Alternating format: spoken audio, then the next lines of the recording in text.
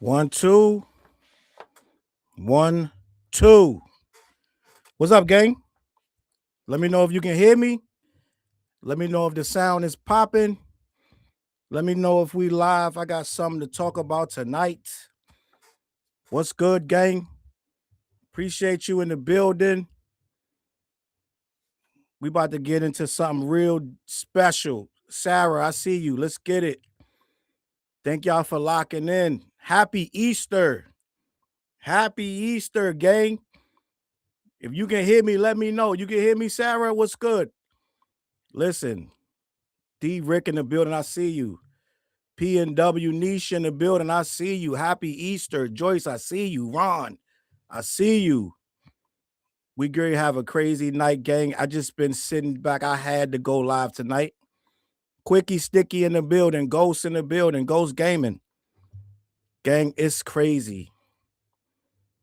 I don't know if y'all know, man. I don't know if y'all know. This thing we got right now called hip hop, Tamara in the building. Miss Hummus. Listen, Chapo in the building. You know how in that movie Ghost, she say, you in trouble, girl. Hip hop in trouble, gang. Hip hop in trouble, gang. Rock Kitty, I see you. Pittsburgh, listen. You in trouble, gang. What's the girl name from Ghost that she was telling she's in trouble? Let me know the girl that Demi Moore. What was her name? What's her name in Ghost? Cause we girl, is it Molly? Molly, you in trouble, girl. Hip hop, we in trouble, gang. Salute Rick, salute Patch. Listen, salute Pat, my bad. Listen, Eva, Molly, you in danger, girl. You in danger, girl. Listen, do you see them four guys I have on this screen right to my right? These four guys have put hip hop in clear and present danger. And all these guys at one point was my guys, gang. And I'm not. And what I'm gonna do tonight, you know what I'm gonna do? This is what we're gonna do. We're just gonna have a fireside chat. We're gonna talk about hip hop and how it's in danger. And these the four guys to my right on that screen right there are part of the problem. All of them. Yes, you too. Even you, Hove, even you are part of the problem. We're going to have a fireside chat about what's going on, gang.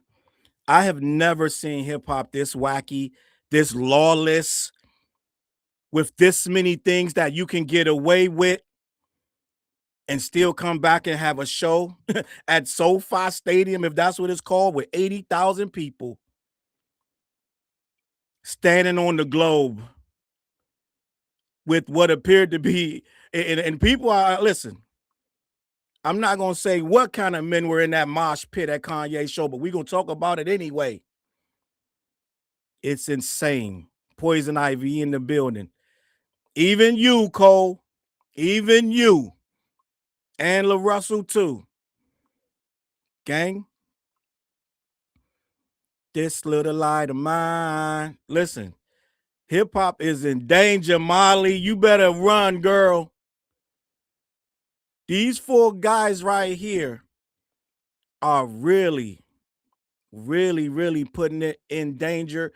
And what I'm going to start saying, what I'm going to start off with is the main reason it's in danger is when who was talking to Hove and they started talking about billionaires. It was Fraser Tharp, right? And we're going to get to all four of these guys, gang. We're going to slowly just get there because they putting hip hop in danger. But Hove is at this point trying to tell us that billionaires are okay. Everyone should strive to be a billionaire. Okay?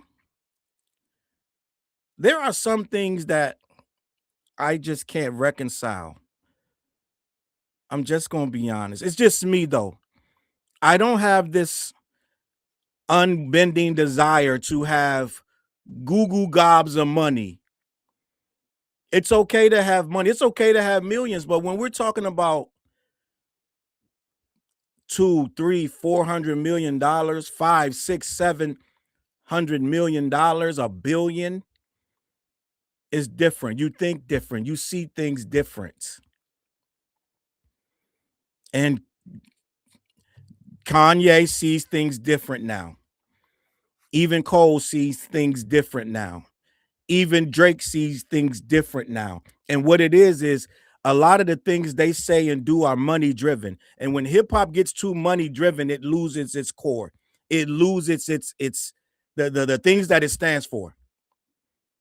And we've taught these younger people, Gen Zs, and I just found out that they done split Gen Z into two things, Zers or some shit, because they don't want to be associated together. It's crazy. But end of the day, when we start doing things too much for money and everything gets added up to he has the money to do it, so why can't he do it?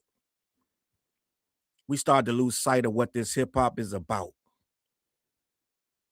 It's in danger, girl. We got one dude talking about it shouldn't be no more battles.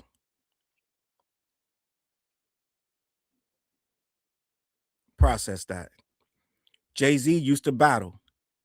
He used to go hood to battle. And now Hove is telling us he thinks we've outgrown battles. And hip hop is a follow the leader sport. A lot of people will follow what you try to say that they don't. You try to say that they don't have the pull no more, but they actually do. Because a lot of people started running with that narrative after Jay-Z said it. When Jay-Z said, we've outgrown battles, a lot of guys were like, yep, that's the mature way out. We need to get rid of all the battles. That's where it's at now because Jay-Z said it. Now we're in a point where they want to eliminate the core of the culture. They want to eliminate the word culture, gang. We're going to be here for a while because Molly, you in danger. Cole just went around and said culture is a buzzword now. You know why you say that? That's when you forget where you came from and you get your culture from the internet. He said as such. He said that the internet is basically the culture is the internet and it's white girls in Oklahoma stealing it. It's his cold words, not mine. He said when black girls make up something, it don't take but a day or two before the white girls steal it. So therefore, it's no culture at all. These are Cole's words.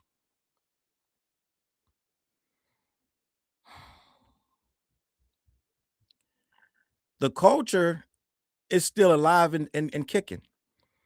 But these four gentlemen up here are waging a war against it because the culture literally stands for stuff.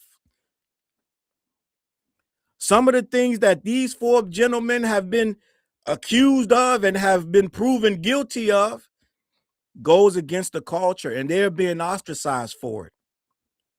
And rather than face up and say, yeah, I messed up, or that ain't right, they'd rather eliminate the rules that govern the culture.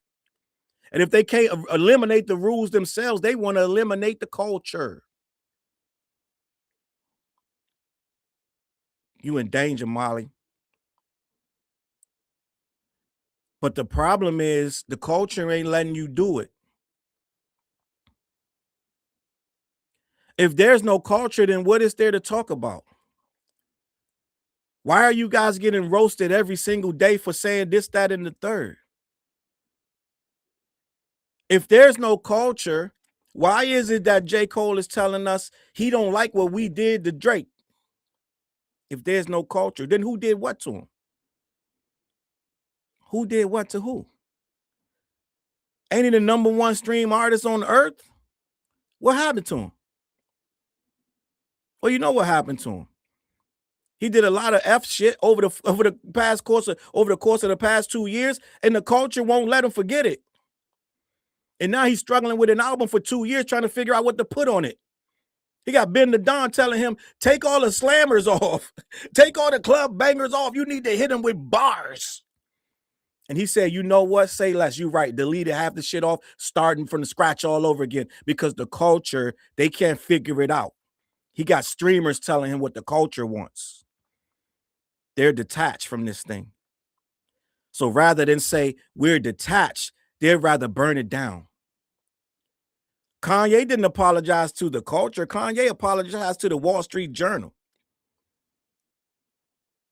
He ain't appeared in, even Cole went on interviews. Kanye ain't appeared nowhere. He put one apology in the Wall Street Journal and then set up some shows. And you guys ran there as fast as you could. Lauryn Hill was performing with Kanye. I'm going to do a video on should we have a problem with Ms. Lauryn Hill after all she's done for hip hop. I'm going to do a video about that. But Lauryn Hill went to perform when it all falls down. Now, mind you, let's have a little history lesson. They blocked him from using the original sample with her on it when he tried to put the record out. But now in 2026, it's when you go perform with him. I love Lauryn Hill, but what we doing? Molly, you in danger, girl. Because these niggas, they don't care about nothing no more. They don't care what Kanye said about black people, Jewish people. Doesn't matter. Don't matter. They moshing. They got Ye's show moshing. And I'm gonna show you a clip of that mosh. It look crazy, and people are like, I've been low key, for lack of a better word. I've been low key trolling on Twitter. Anything you say right now about Kanye, Jay-Z, or J. Cole is automatic through the roof, because you know why? Their fans are louder than ever right now.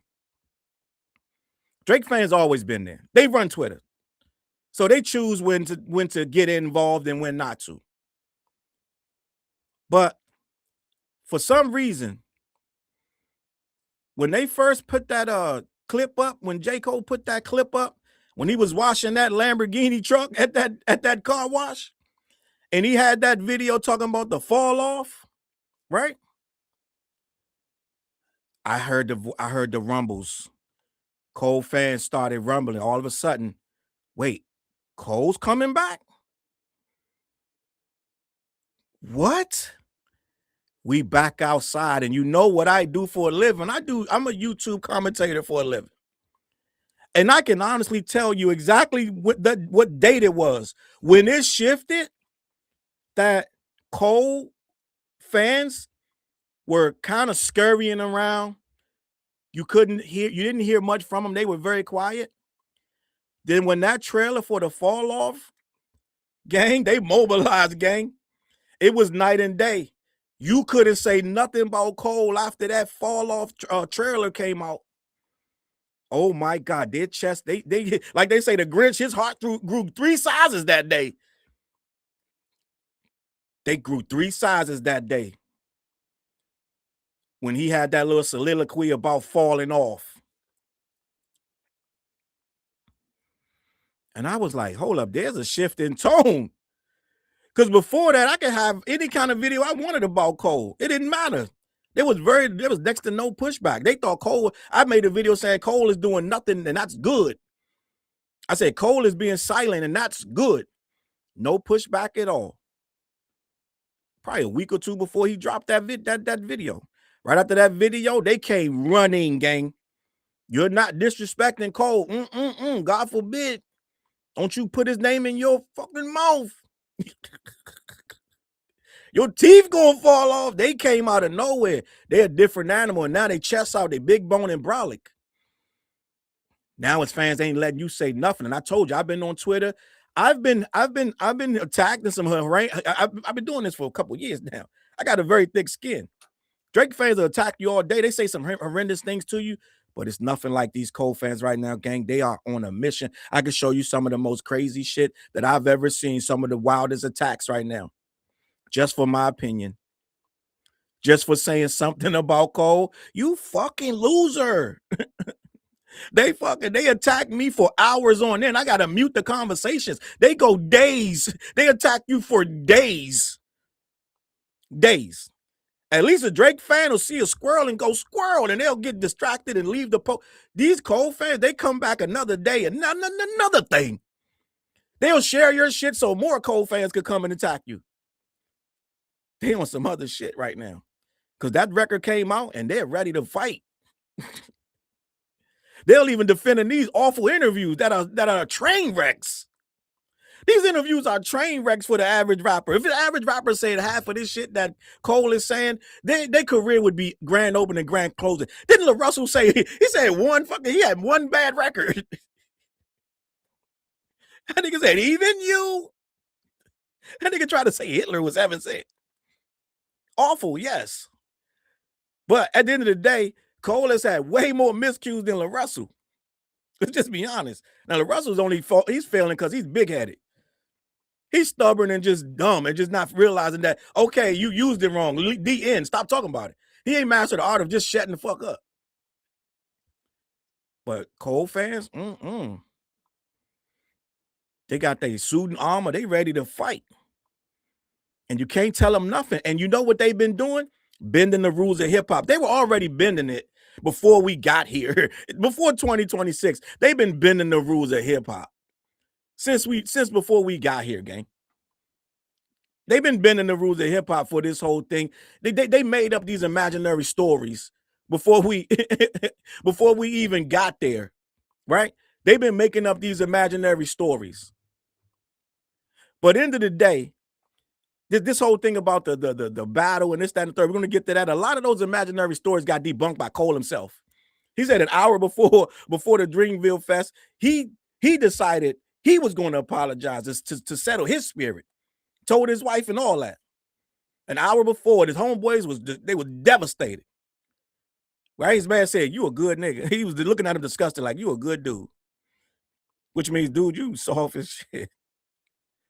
But his fans have been rewriting history since we started this conversation. Even before. Let's just be honest. Let's just be honest. Before we even got to the battle, they've been rewriting every single miscue that Cole. We've never had a rapper do this many miscues since he got in the business. But they don't care. Because Cole has this all shucks, this humble act that he has, and they love it. And no matter how many times Cole has shown you his ass and has doubled back and went against the code of hip-hop, right? He stood up for the culture. Let's be honest. He stood up against Lil Pump and them guys doing that, whatever they had going on. He told all you little niggas, SoundCloud rappers, clapped at all the SoundCloud rappers. Then soon as it got any pushback, he folded up, started apologizing and interviewing with them. Became Lil Pump's best friend. We was like, what? Cole, we was with you, gang. Why do you feel the need to kowtow to this dude? He haven't done shit for this culture, but steal from it. He's not original. He doesn't make good music. He has no artistic integrity.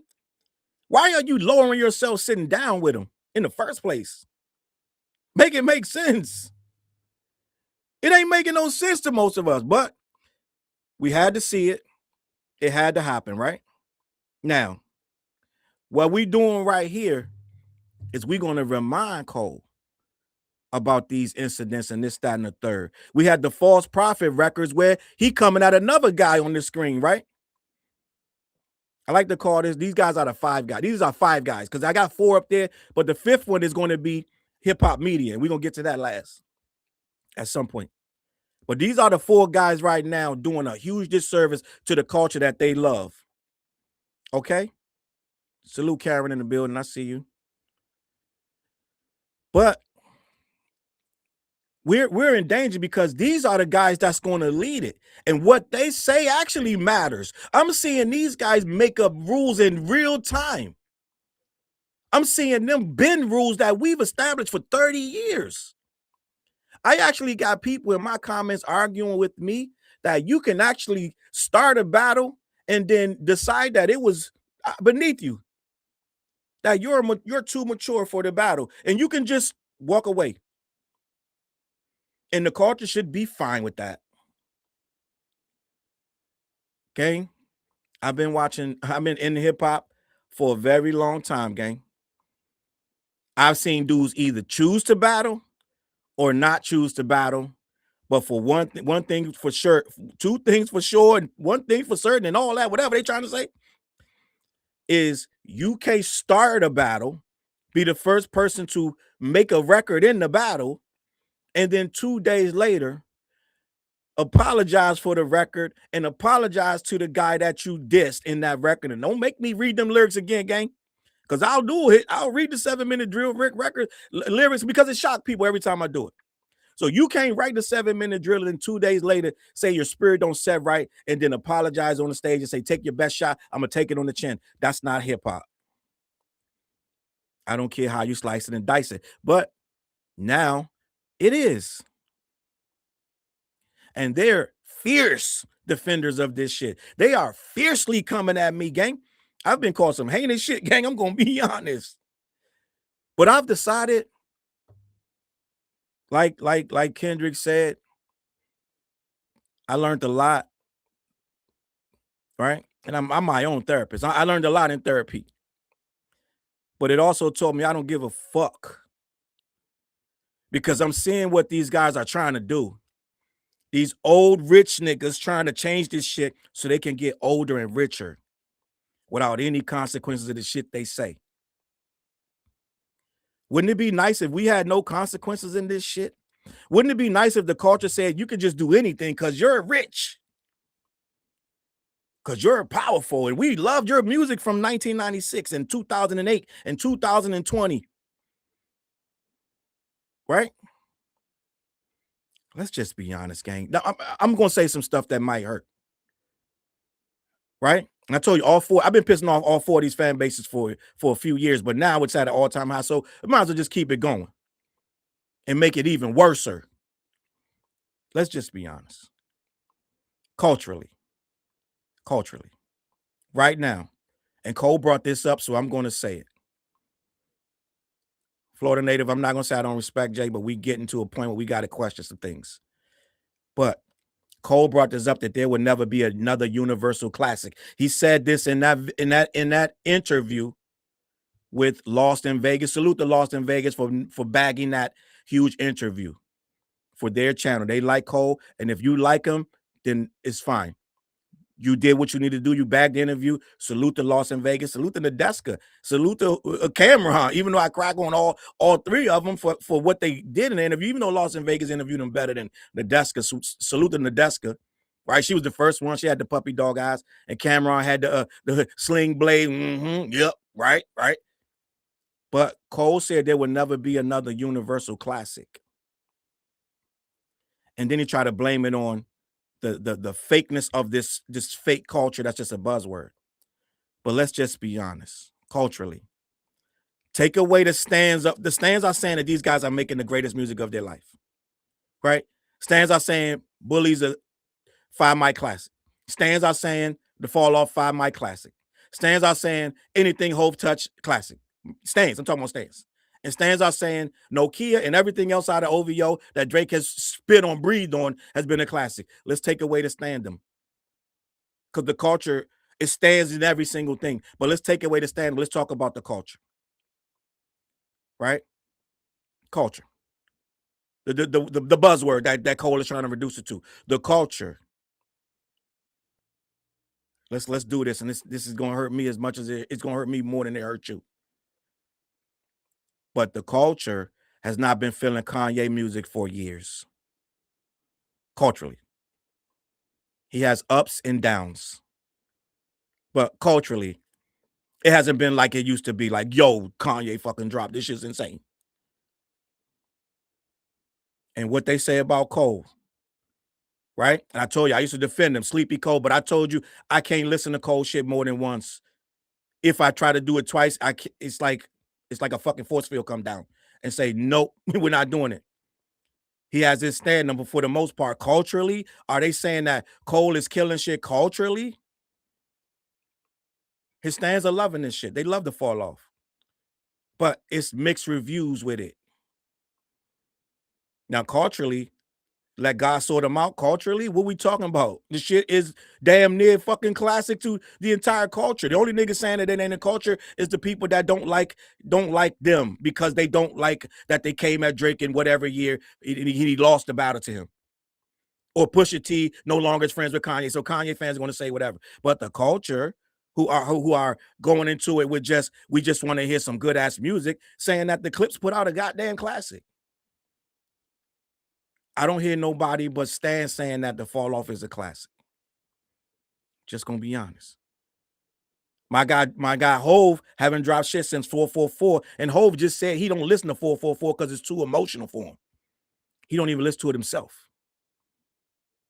444, I love 444, shit classic to me. But at the end of the day, what is Hove doing right now culturally that people are saying the classic? Hove just said himself, he's making music, but all the music he's making is bad. This is out of Hove's own mouth on that interview with Fraser Tharp. Salute to Fraser Tharp for interviewing Hove. Okay? Now, let's get to Drake. Drake is still struggling to put an album together since that battle happened. He's still trying to figure out what to put on Iceman. They've been telling you Iceman is coming since August 2024. Check the Wikipedia page. It's going to be August of 2026. And Drake has only confirmed that it will come out in 2026 at some point. But if he just told Ben the Don that he's going to scrap some more songs and put some more songs on it, how long do you think that's going to take? We're in April. They got a collage of academics at least 8-9 times saying Iceman on the way over the course of a year. Iceman on the way.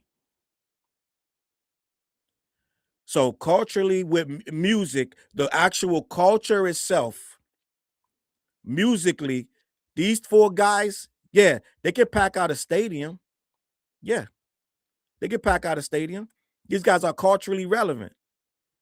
But right now, as far as changing the needle of musically, and like I said, it is what it is, right? With these guys. But culturally, is everybody running out to do a Bully album? Did it change the culture? Is everybody running out to make the next Fall Off record?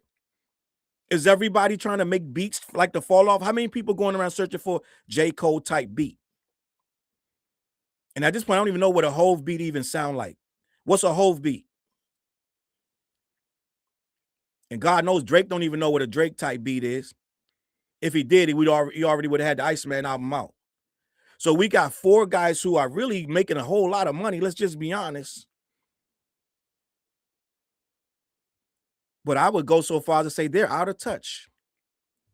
Let's just be honest. How many songs on that show that Kanye just did in the LA was really off a Bully like that got that place going crazy? Maybe. But I guarantee you his old shit got it even more crazy.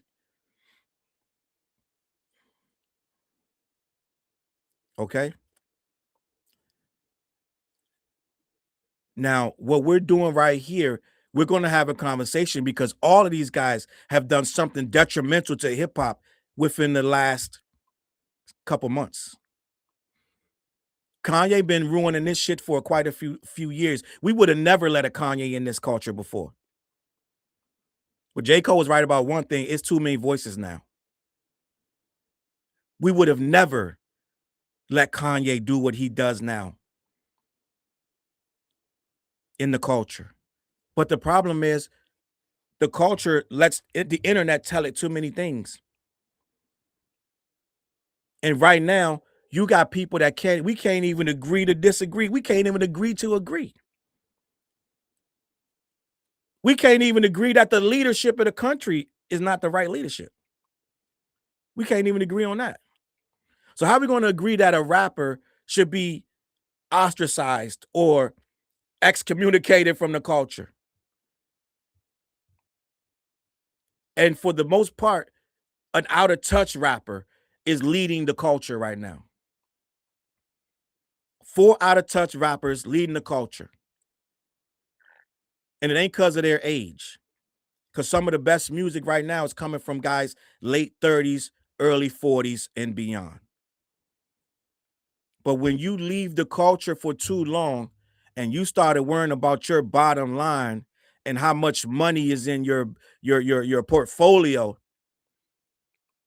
it's almost impossible to come back down to earth and be one of us. And all four of them have shown they have disconnected from this culture in a way we'll never see again. These used to be our heroes. Let's talk about it. So I pulled up some shit. I said, I want to remember how these four guys became detrimental to the culture. To me, what I believe, and this may be a little weird, things you actually do outside of making records actually matters too. I think it has something to do with what's on your record is one, if we even believe the things you say on the record. Hip hop is a competitive field, it's a competitive sport. So for us to feel that you are a worthy opponent to compete, we got to kind of believe that you are a worthy opponent to compete. We got to kind of believe in your integrity. That is why the ghostwriting topic is a problem. If you're going to say, I need to be in your top 5 rappers, that's why the way you handle yourself when the cameras are off and women are in the room or men, whatever's going on, you are an appropriate person behind the scenes as you are on the camera. So when I see people who don't really have good character off camera, let's just be honest, all of these guys got some issues. Even you, Hov, all of them. And Hov is my guy, right? Open a full disclosure. Okay. But Hov been saying some really suspect stuff at this point in time that we have to question. Right? Hov just came out with Fraser Tharp for GQ magazine and chastised us for how we treated Drake. Two guys that's been subbing each other for 10 years. Somehow it got a little too bad when the battle happened. Hov literally said, I don't know if I love that. Hov chastised us for Drake.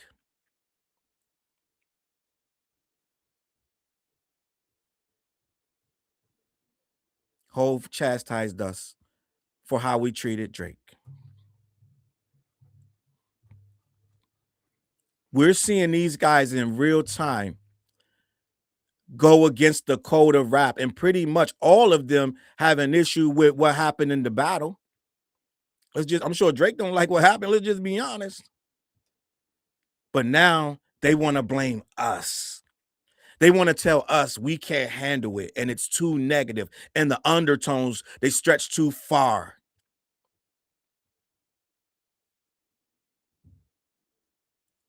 Gang, Judge Jeanette Vargas is a judge, right?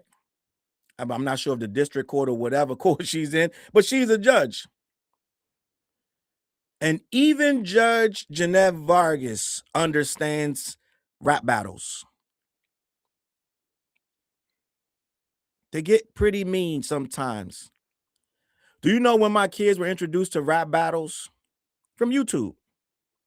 They used to do this thing where it was like George Washington versus Abraham Lincoln. My kids used to crack up. And they would say really mean things to each other and try to disrespect each other. And my kids thought it was hilarious. I think most of the world, including Judge Jeanette Vargas, can discern when it's just a rap battle for somebody trying to diss somebody else, so they're going to say mean things. But now, out of nowhere, since Drake bottom line has been hurt and his pride has been hurt, now you've had, I believe it was Gilly the Kid, I believe it was Jim Jones, I believe it was Jay-Z, I believe it was Drake. and a couple others that I can't remember. A lot of podcasters came out in defense of Drake as if he needs defending. Drake is a so-called rapper, gang. I'm sure Drake knows what a rap battle entails. And I'm sure when he wrote that push-ups record that he tried to pass off as a leak, and everybody thought it was AI, well, Drake wrote that. Unless he stole somebody's AI creation and claimed it and put it on DSPs. Drake wrote that. So I'm sure he knows what a battle. I study rap battles for a living. Why are these rappers and ex-rappers and podcasters coming out to tell us it was too mean and too negative? Meanwhile, Jay-Z put Kendrick on the Super Bowl with that very same record. Why? Why now? Why is this so mean? Like the general public can't understand what a rap battle entails. It was cool when he said that his son was illegitimate and his best friend had slept with his girlfriend and made an illegitimate child that he was taking care of and didn't know. And that he beats her up because he's smaller than her. I didn't see the outrage then. As a matter of fact, I saw a lot of guys. Salute. Ferry said Judge Vargas is from Flushing, Queens, New York. She knew what was up. Salute to Judge Vargas, and we have officially accepted her in hip hop. We removed a couple people, and she's officially accepted into hip hop. A lot of you niggas is traded. You've been traded out. But even Judge Vargas knows that a battle is just a rap battle. The only reason it went on so long because Drake dragged so long with the lawsuit and this, that, and the third. That thing was over, and it keeps getting dredged back up every other week when we hear more things added to the lawsuit and this, that, and the third. And you dummies are sitting there trying to defend the lawsuit over a rap battle. When that happened, hip hop was in danger because we were online arguing with people that you could actually sue over a rap battle. Right then and there, hip hop was in danger. Molly, you in danger, girl. You got grown men arguing that you can enter a rap battle, say heinous things to somebody, listen for something to be too bad about you, and call your lawyer and say it's a business decision. As if you are too big to get into battles where you may be attacked and you may lose some of your branding. You may get a chink in the armor. Back in my day, then don't battle. If your brand is that fragile that he can call you a really mean name and you need to run and get your lawyer, then you probably shouldn't be battling, my G. Just gonna be honest. You probably shouldn't be battling. But no, what did they say? They didn't say he shouldn't have battled. They didn't say it was sucker shit. No, a bunch of them try to defend it. And they still defended it to this day. I just had a conversation I think it was last month. Salute the homeboy. I think forgot his name, Jay Roebuck, I believe his name. He had a video. It was one Drake fan versus 5 Drake haters. And in that video, he was telling us why the lawsuit, we're 2 years removed from the battle, and he was saying why the lawsuit was a good thing. They're still defending this lawsuit. They're still defending J. Cole backing out of the battle and coming completely doing a whole 180. They're defending all of these hip hop rules, the breakages of these hip hop rules. They're actually defending these things, and this is where hip hop is, where you got to defend cold hard rules that are literally, if there's a 10 commandments of rules of hip hop, especially battling. Battling is a part of the rap pillar of hip hop. Jay-Z tried to tell us out of the 4 pillars of hip hop, 3 of them is gone. Direct quotes from Jay-Z. But you know what they're doing on my Twitter right now and in my comments right now, telling me that he didn't say that. I'm misrepresenting his words. And when I go get the exact quotes, they still tell me I'm wrong. And then when they can't say that I'm lying, they tell me he's right. They tell me he's right. That breakdancing ain't popular no more. DJing ain't popular no more. And a graffiti ain't popular no more. To which I say, nay, good man, you are wrong.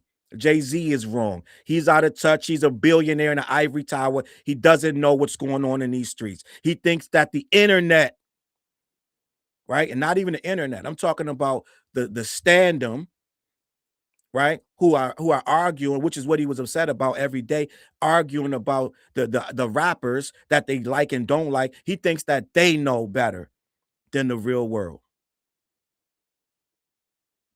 right?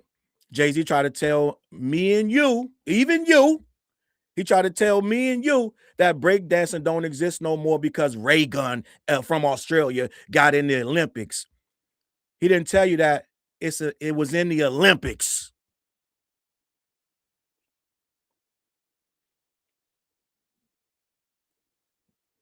He didn't tell you that Red Bull has a breakdancing tournament every single year. He didn't tell you that in every single city. And let me know when I'm cooking. When I'm not cooking, salute wifey in the building. Let me know. Every city got a community center and they're breakdancing in there. All over the world, there are breakdancers everywhere. I posted a video, a viral moment. I posted a video. I said, I'm going to post this video. It was black guys breakdancing. I said, I'm going to post this video because Jay-Z said that breakdancing no longer exists.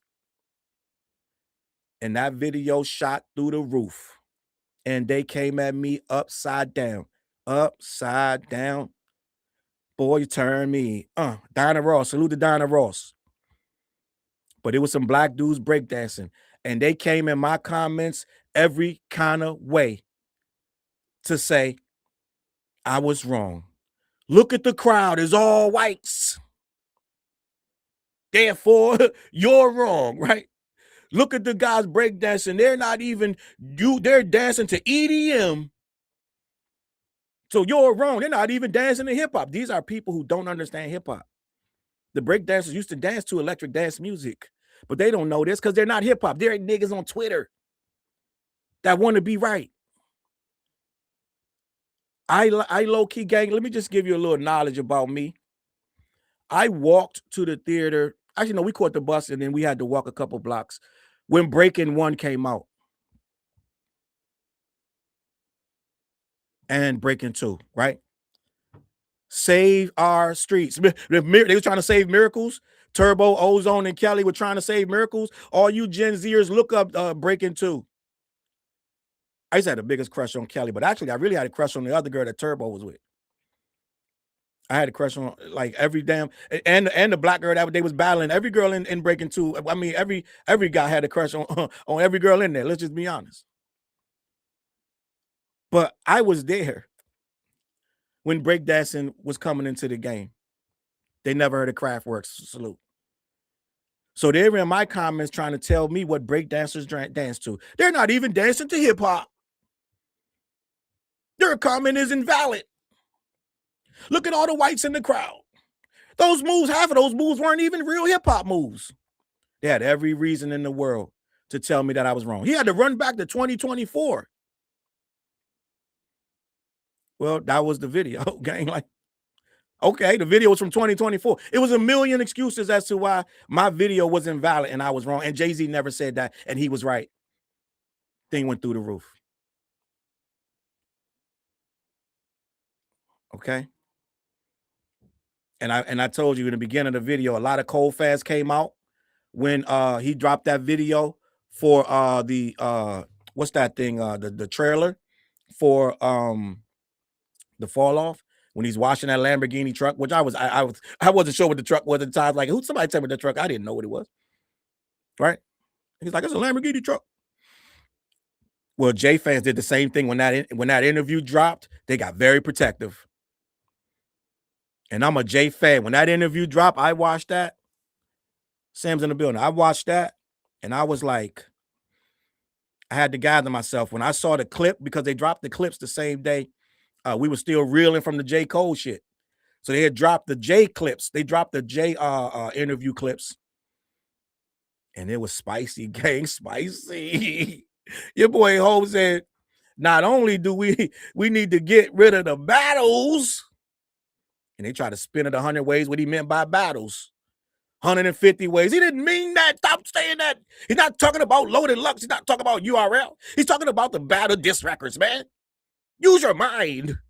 Like J. Cole said, don't listen to music with your mind. Listen to it with your heart. The worst thing you can do is listen to it with your mind. But Jay-Z said, we got to stop the battles, and that the 3 pillars were gone. I said, how, Hov? Every single city right now got graffiti in it. There's a new tag, a new fresh tag every day. They got graffiti task force. Hov? They still selling power washing shit to get graffiti off walls, Hov. What are you talking about? But Hov talking about it from a millionaire who can't see the monetary value of it.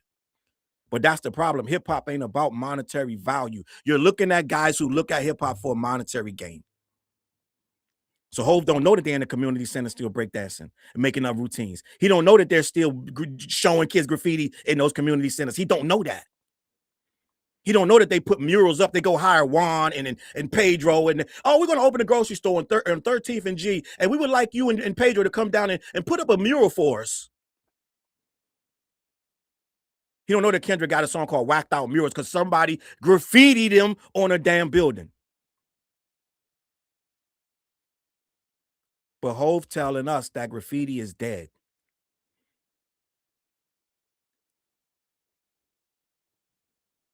It's graffiti in every school, everywhere. It's everywhere. People wear graffiti clothes. I was informed that, and I went to the Kendrick show. I didn't put 2 thoughts into it, but it was like Kendrick's merch had graffiti on it. Nas just did a song called For the Writer. Well, it's writing something. I forgot the actual term of the song, but Nas just did a graffiti song for graffiti writers and named out all the graffiti writers he could. It's a big deal. So I don't know what Hov is talking about, but Hov is in the ivory tower where they don't do graffiti no more. And then he tried to say that DJs don't exist. I'm like, Hov, where were you during the pandemic when D Nice had everybody coming to his stream and then all the DJs started doing it? Now to this day in 2026, I can't go on my TikTok without seeing 17 DJs live spinning right now playing hip hop. I don't know what Hov is talking about. Almost every concert you go to, the rapper going to have a DJ. And Hov tried to say that because we couldn't name Drake's DJ, he proved his point. Frazier Thought was like, I can't name him offhand. Somebody in my comments told me what Drake's DJ is, but guess what? Drake, in essence, does have a DJ gang. At least the nigga has that. Somebody told me his name. What's Drake's DJ name? Somebody in the comments so I can remember. But Hov, Drake got a DJ. Hov tried to say that the DJs they don't exist no more. What's Drake's DJ name? Somebody let me know. But the nigga got a DJ. He got a DJ. Who you think gonna play 0 to 100 real quick? Somebody playing it. But Hov tried to tell me that the guys that when they tour, they don't have DJs. Guess what? They all have most of them had 95% of these motherfuckers got a DJ. Somebody know his name. But Hov said, what's Drake's he said, what's Drake's DJ? Please don't make me Google this. Somebody told me last time. Hov said, what's Drake's DJ as the gotcha moment? No, it's not 40. 40 not his DJ. 40 his producer.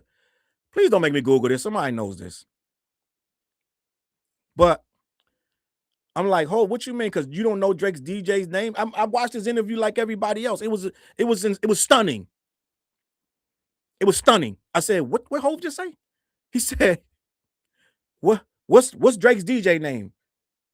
Homeboy said, I can't tell you offhand. There it is. Future the Prince. Is that it, Ace? Future the Prince. I think it's Future the Prince. And let me just say a side note. If I'm Future the Prince, I'm fucking heated.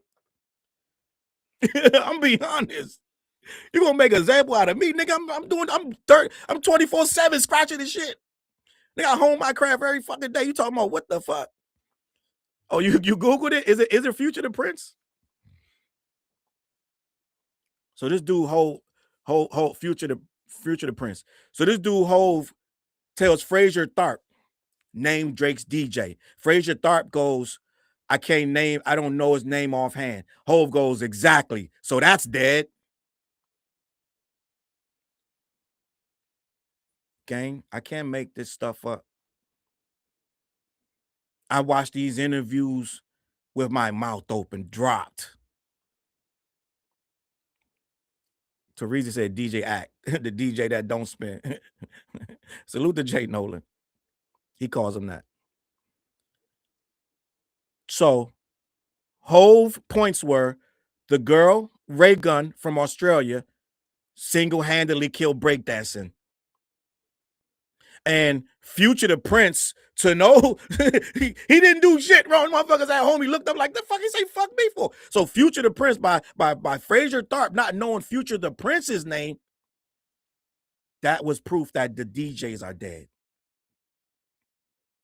And he didn't provide no reason for the breaking. I mean, the graffiti to be dead. He just said it's dead. The end. Well, Crayon spray paint still selling a lot of fucking spray paint, ho. Just saying. A lot of murals going up every day, Hove. I don't know what you saying, my G. So you can't tell the story of hip hop with just the rappers. Molly, you in danger, girl, because they feeding this shit, and these people are on my page arguing with me. Like their life depend on convincing me that Hove was right, that it ain't no breakers, it ain't no DJs, and it ain't no graph writers. Motherfucker really told me, when the last time you seen a nigga doing breakdancing? I said, a lot of shit I don't see niggas doing, but it don't mean they not doing it. I ain't never seen a Diddy freak off, but I'm sure this shit happened.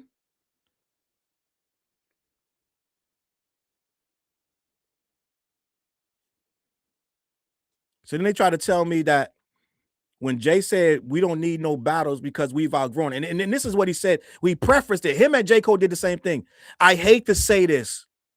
I know how it sounds. They both said that in their interviews. I know how it sounds. You really can't know how it sounds because you're still saying it. Jay goes, I know how it sounds. I hear it. But I think we outgrew battles. And the whole Hove Nation mobilized. No battles. So now they're out in force trying to end the battles too. They put no thought into what this nigga said. I sat there when I heard him saying in my mouth drop. I had to process it, gang. I'm gonna be honest. I'm always gonna be honest with you guys. I'm gonna say something shocking. I was sitting there trying to spin it like he couldn't have meant it like that. I was trying to spin it for like 15 seconds. I said, Charles, there's no way Jay would say this. What did he really mean? There's no way Jay would say no shit like that. Ain't no way. I tried to spin it, gang. Salute the company, man. I think I went on Culture United probably the next night. I think the next night after all that ruckus went da. And we talked about it. But I thought about 20 seconds. I tried to spin it. And in them 20 seconds, I was figuring it out. I said, Charles, he said it. You defend hip hop. You go online every day talking about you're never going to fold on hip hop. Guess what? You heard what he said. Ain't no spinning it. Ain't no two ways about it. He said battling, the culture has outgrown battling. Let's have a conversation for that. About the culture has outgrown battling. But I heard him say it, and I had to say, Charles, he said it. What you gonna do, Cole? What you gonna do? I said, you know what? And I have been defending Jay on a lot of these things. This thing with the accusations, all of them were kind of goofy. And you pointed out all the flaws and inconsistencies in all of them. But this one is not goofy. He said what he said, so you got to cook. And I did. And I stood on business. And they came for me, gang. They came for me. But you know what? I don't care. Hip hop is bigger than Jay-Z. It's bigger than you goofballs on Twitter calling me this, that, and the third. That's why 99% of you get zero response. Every now and then I feel like, this is funny. I'll respond to the dude and I'll delete that shit an hour later. Because I don't care. Even with your response still there, I'll delete it because I don't care what you niggas think. And these niggas are really mean now, gang. I'm gonna be honest. They really mean, gang. They really mean. And I can sit there and be mean with you all day, or I can just move on and keep fighting for hip hop. A lot of these motherfuckers don't know hip hop. They think they know. But I was there. I was on cardboard. I used to go down when I used to live in DC. We would go down to the downtown, and the breakdancers from New York would come down there and they would be teaching out there, and then they would let you break dance and battle this. I did all that shit as a little kid. And we battled in our hood. We used to find cardboard, this, that, and the third. I was there. So a lot of these conversations, I'm qualified. I'm qualified to have them. And I remember when hip hop wasn't so formulaic and they didn't know what the hell they were doing. We was trying anything. Boom, boom, boom, boom, boom, boom, boom. Get busy, y'all. It's a brand new dance called the Pee Wee Herman. We was trying anything, gang. Anything. Anything. You were encouraged to be creative. We had the skinny boys, the fat boys. We had the K9 posse, right? We had a whole lot going on. And some rappers were just really good and they broke through the noise like LL Cool J and Run DMC. We had Melly Mel, right? And FYI, I was never a big Melly Mel guy. Okay. Full disclosure, I know this makes some people mad. I was never, even in the heyday, right? I love the message, right? And I love his verse on Shaka Khan's song. Shaka Khan, Shaka Khan, Shaka Khan, Shaka Khan, let me rock it, Shaka Khan. Let me rock it. That's all I want to do. Shaka Khan. That's not him, but his verse comes in there somewhere. Well, maybe that is him, but I know he's on there rapping. But I was never a really big Melly Mel guy. And newsflash, I know people get surprised when I say this. I was never really big on Curtis Blow either. But that's my era. Right? I was a LL Cool J guy when he came in the game. Right? I was a Run DMC guy. I liked everything off Def Jam. I'm just gonna be honest. I liked everything. All right. But end of the day, I was there. So a lot of dudes try to argue with me off shit they saw on Google. A motherfucker try to tell me that Tim Dog started the East Coast West Coast beef. Motherfucker try to clown me on Twitter a few days ago. Try to tell me you don't know what you're talking about. The East Coast West Coast beef was started by a rapper named Tim Dog because somebody had posted Tim Dog.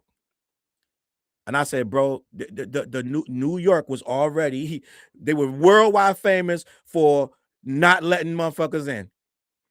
Right? That's why Hammer got that song. Yeah, you ain't hitting in New York. Right? Eazy-E, everybody says New York was the toughest place to get a radio spin. And you know why? Because New York was literally, they was haters. they didn't like outside regions. And it is what it is. I was there. I saw that. So that shit started before Fuck Compton came out. Now, Tim Dog said it because the jealousy, like a little bit for the West Coast, had reached a fever pitch, and Tim Dog was the only one that had enough balls to say the shit. So it was already brewing before that. The undercurrents were already there. So homeboy on Twitter tried to tell me, you don't know what you're talking about. The East Coast played the West Coast crazy. I was from such and such. I'm from the Jersey area, whatever the hell he's trying to tell me, that they used to play the West Coast all the time. I said, you sure, my G? You sure? They may have gotten played, but in New York, it was a tough crowd. Them DJs was not playing them niggas on the radio. So are you sure? Because the West Coast was getting a whole lot. Ice Cube had to come and get an East Coast sound to get respect on the East Coast. So I say all that to say I was there. So Hove is trying to rewrite the history of hip hop by saying those pillars are dead. You can't tell a story without those pillars. And if you try, you're misrepresenting hip hop. And for Hove to say that they're dead, then what's left, Hove? And he actually said battling. No, battling is not, it's called rapping. Battling is what you do as part of rapping, MCing. So he misspoke. I gave him some grace. I said, Hov don't do interviews every day. So he made a mistake. He misspoke. So I'll give him some grace. But he don't do this every day. So he said battling was the fourth pillar. No, he was wrong. It's rapping. But if you take away the three pillars that he tried to take away, guess what you got? Rappers. Guess what rappers do? They make money for corporations.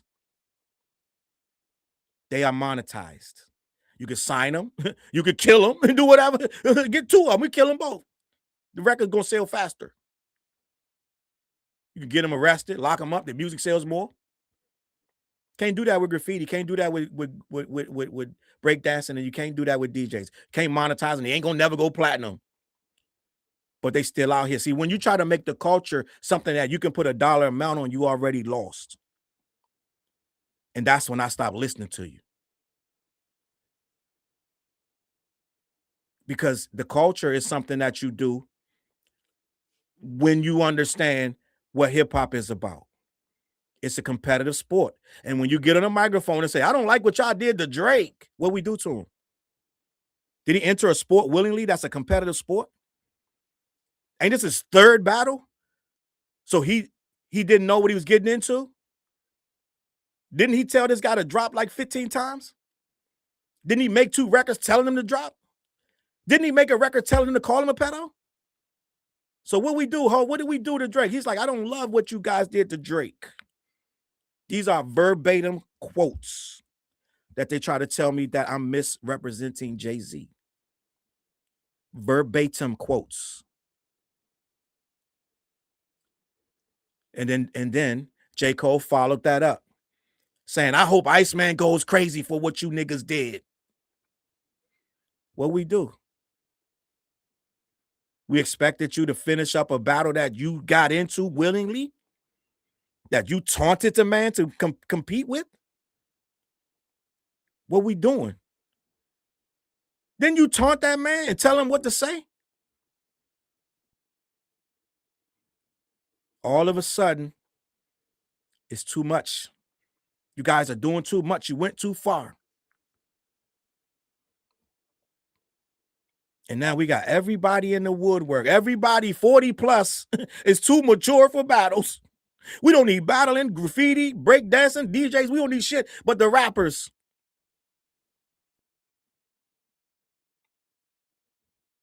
This is what Jay-Z, J-Hova. You know why he called himself Hova? God MC, me, J-Hova. You have a God MC saying that we don't need to battle no more. This dude's entire career, from the very first record to right now, exists because of his braggadocious rhymes and how many rappers he was better than. I don't know if you guys remember, at one point, the entire New York City was trying to take out Jay-Z.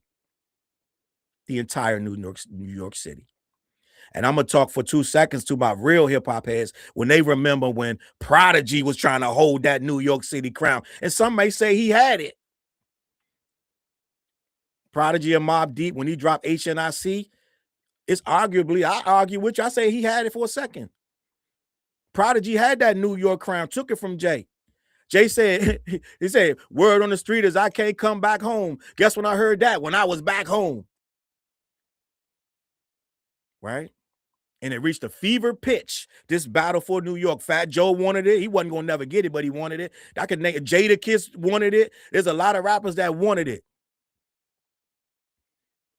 Pun, a lot of rappers wanted that title, King of New York. Now, real New Yorkers will honestly tell you Nas had it without even trying, though. All right? And what Nas say? Jay knew the rules to take out, for him to have the King of New York crown, he had to take out Nas. You know how Jay got that crown of New York? It wasn't takeover because Nas came back and did the exact perfect thing. It's a record called Ether for my Gen Zers. Google it. But what had happened was, I'm going to be honest, and I might spark up some Jay-Z Nas shit, right? Nas had fell back from recording. Nas' mom had got sick. Plus, Nas had threw a couple, what some people may say, clunkers. And they got this narrative that Nas don't know how to pick his beats. Okay. I don't like saying that, but at the end of the day, people say that Nas don't know how to pick his beats. That's why he's making some of the best music of his life right now, because he got with Hit Boy, and they're making, this nigga got 6 classics in a row. But before that, the reason Jay-Z became the king of New York, because he was consistent, right? He started making records that were doing really well, right? It's a hard knock life for us, right? Records going diamond and shit. And Nas has stopped recording. It took a long time to get a Nas record. So it's like a boxer. If you don't defend your belt, after a while, they strip you. And that's how Jay-Z became the king of New York, because you said, all you other clowns talking, all you other cats taking shots at Jigga, you only get half a bar. Fuck y'all niggas. And everybody slapped themselves in the forehead like, God damn. He just sunned Prodigy and allegedly and Nas, but then he told everybody else, you getting a half a bar. So they were fighting for that king of New York thing. And that's where Jay-Z became the biggest rapper in New York. He put Prodigy on that Summer Jam screen. Remember that? Which some of us say is unfair because Prodigy was a kid. Every kid had a Michael Jackson glove. Right? But it was a tactic. One of the greatest battles in history. People don't realize he went at Nas and Prodigy on Takeover. One of the greatest battles, if not the greatest battle.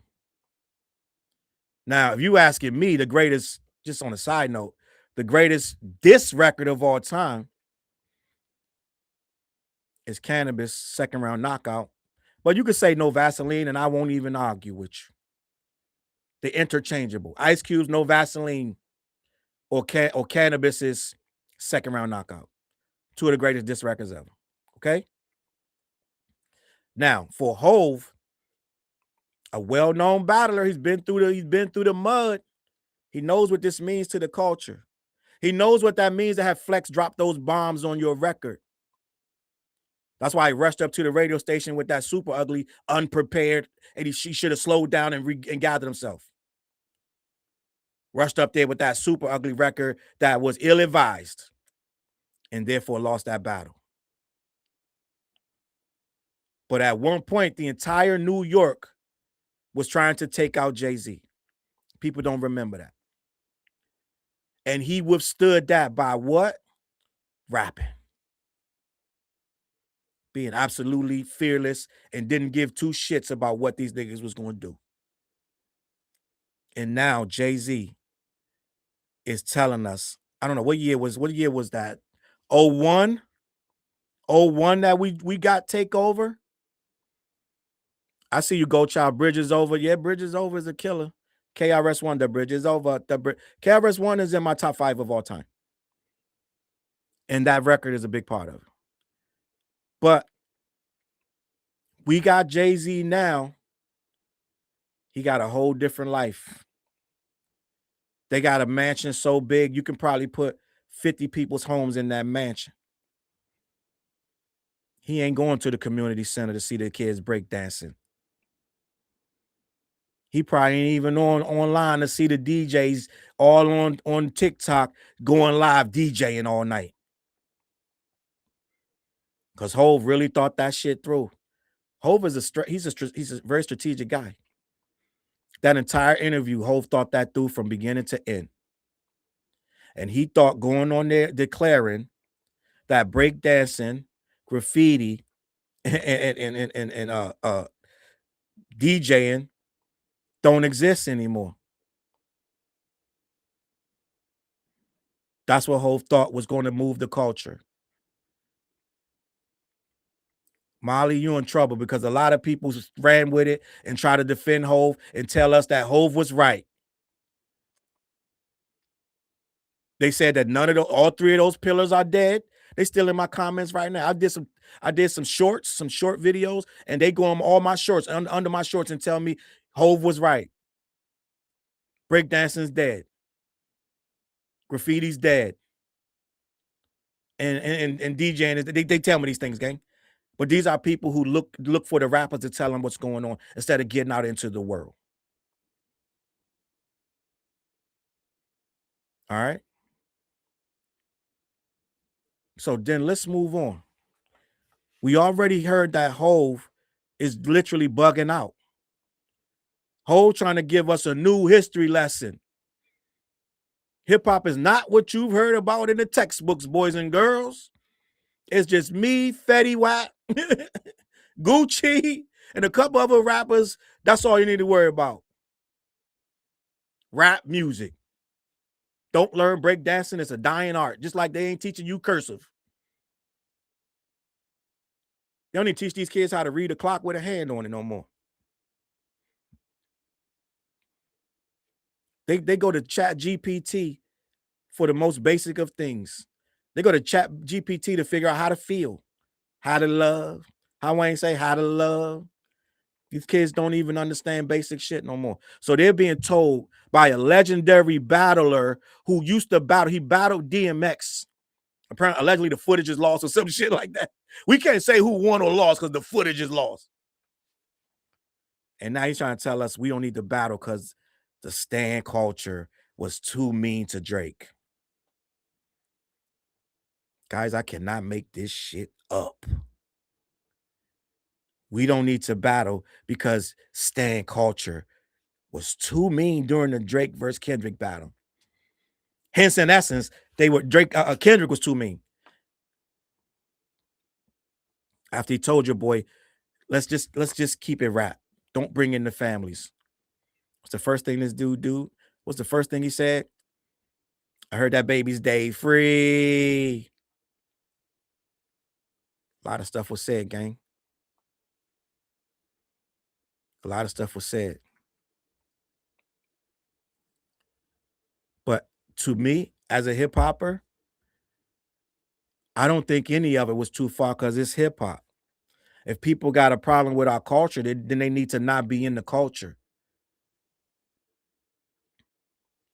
If Drake brand is that fragile, that him being called a heinous word such as a pedo is enough to have him go get his lawyers and sue Lucian Grange for defamation because of they let him. Now you got to understand, he's not suing Lucian Grange because he said it. He sued UMG because they let Kendrick say it. You know why he's able to say that? Because Drake is used to bullying people out of the business so they don't get to say anything. That's why Pusha T had to buy him and his brother's contract off of Def Jam because Drake, somebody at the OVO, whatever team that is, allegedly was like, when they heard that there was a Kendrick Lamar verse on that Clips record, they was like, yeah, that'll never come out.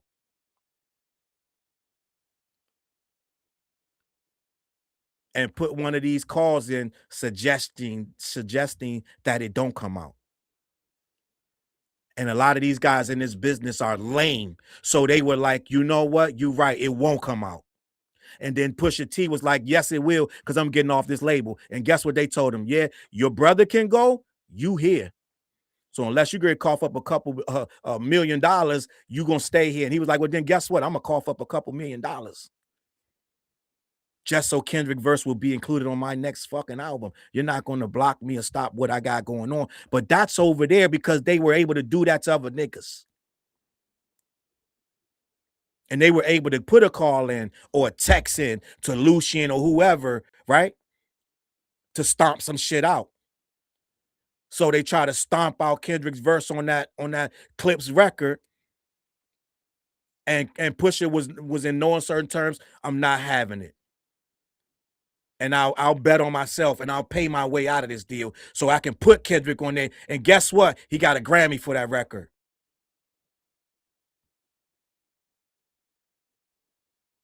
What we doing? That's culture shit. Motherfucker try to stop and block the record. He went around them niggas and did it himself. It's all public knowledge. So what we got here, a failure to communicate. When Jay-Z's trying to tell us that the culture is this and that and the third. Then you got J. Cole, who was on one of the most heinous public relation runs I have ever seen. Where one interview get worse than the next. The next one is worse than the last one. Before I could finish a video about how goofy the first interview was, there was another interview that was even goofier.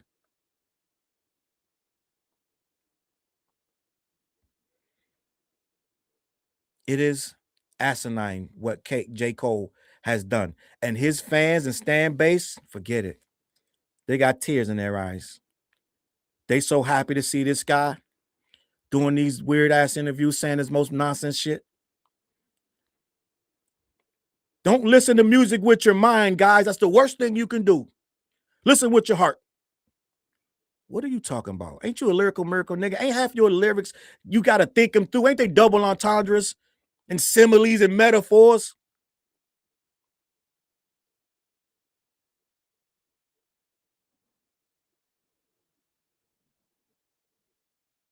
It's insanity.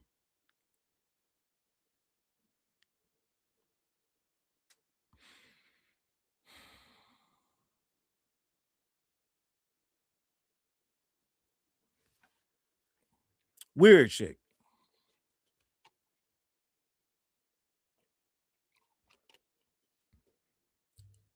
Molly, you in danger, girl. You in danger. These niggas out of touch. And they trying to teach these kids the opposite. You run from the battle. And if you fight the battle, if you lose, you can call your lawyer and sue them. As a matter of fact, ain't no real reason about it because the only thing going on is rapping where they don't diss each other. Hov said we should collab instead of dissing each other. Well, what if the niggas don't like each other, Hov? What about that part? Wasn't you in battles where you ain't like the nigga? Didn't you hate Nas? Hov said he regrets dissing Nas. Because Nas is a really great guy. Well, shit, we all know that. But it was a diss battle. It's 25 years. What year was that? 01? My math be off like shit sometimes. What's that, 25 years ago? Hov, y'all made up a long time ago. It's okay. Everybody survived. You and Nas are in a really good space. You guys are on several records together. I'm sure you've chilled together behind the scenes. It's no love lost, gang. The battle record. But some guys really don't like each other, and they reserve the right to say that shit on wax. So now we supposed to change 50 years of hip hop because somehow Drake feel he was defamed, and you guys believe it. You got to see how crazy Molly. These guys are defending a guy literally getting in a battle and jumping out and calling his lawyer, and they're defending it. If you are too fragile and your brand is too fragile to be defamed, the literal definition of to battle somebody, it's insults, it's innuendo, right? It's non-actionable. Salute to Judge Jeanette Vargas. It's non-actionable rhetoric. So if you get into a battle, right? I study rap battles for a living. If you get into a battle, yeah, the nigga gonna call you some shit you might not like. He might say something really mean to you. We used to have a no lawyers rule. Now it depends on what he say to you. Well, what did he say? What are you crying for, Billy? Well, we was battling in school, and I love battling. Ron, you come listen to this. Well, our son was battling. This your first battle? Oh, good for you. What did you call him? Well, I call him a bitch and a homo and some random shit. But then he said something about you, mom. What? Wait, what? Get the lawyers. These kids are learning that they don't get the consequences of this. If you're gonna battle, guess what?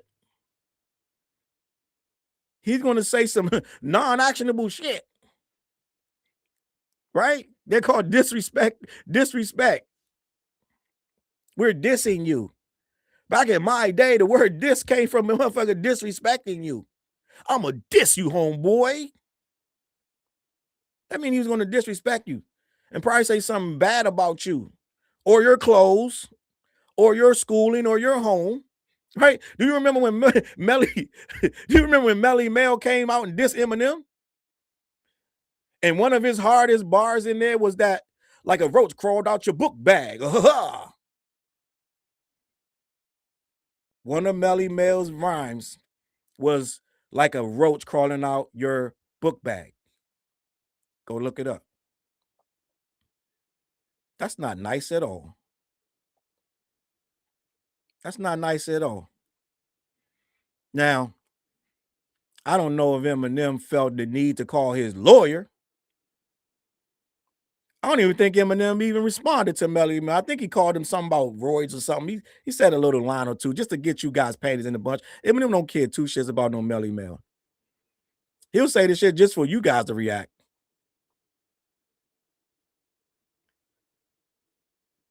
And I'm just gonna be honest. I have to say this part.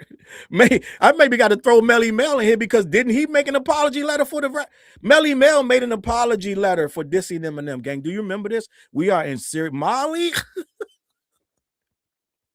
Melly Mel apology. I forgot about that. I made a video about that. Melly Mel did an apology letter. Look it up, Gen Zers. Google it.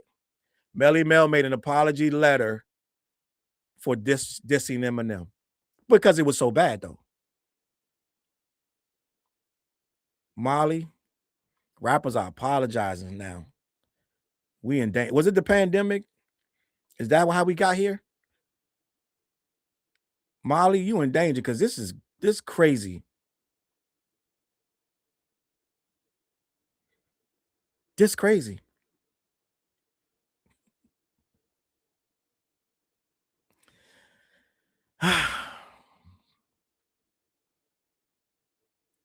Molly.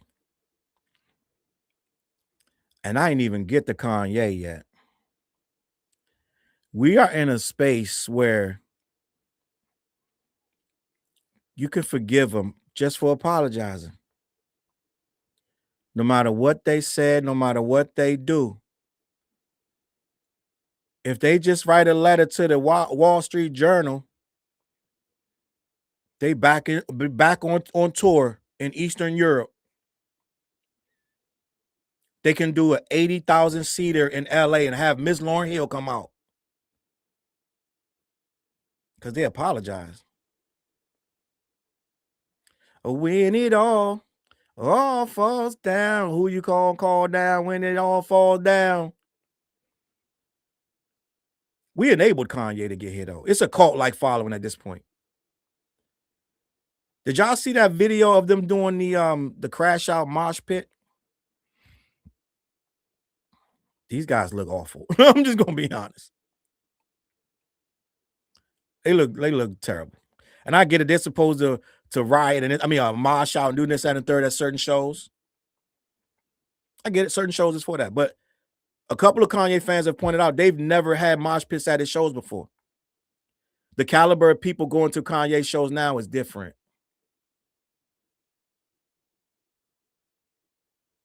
I should bring up this thing. Is this nigga bothering y'all? This HTTR95? Let me know. Because if the mods can't get him, let me know. But I don't know what's going on. I keep seeing y'all saying his name is whatever. I don't know what's going on. But we at a point where Kanye wrote an apology. And now all of the Nazi right wingers and whatever you want to call them. I'm going to show you the video because it's very important to see it. Now, a lot of people, when I went on Twitter and said this one went viral too, I put it up. A low-key trolling. Let me get my Twitter out. It got so bad that I muted the convo.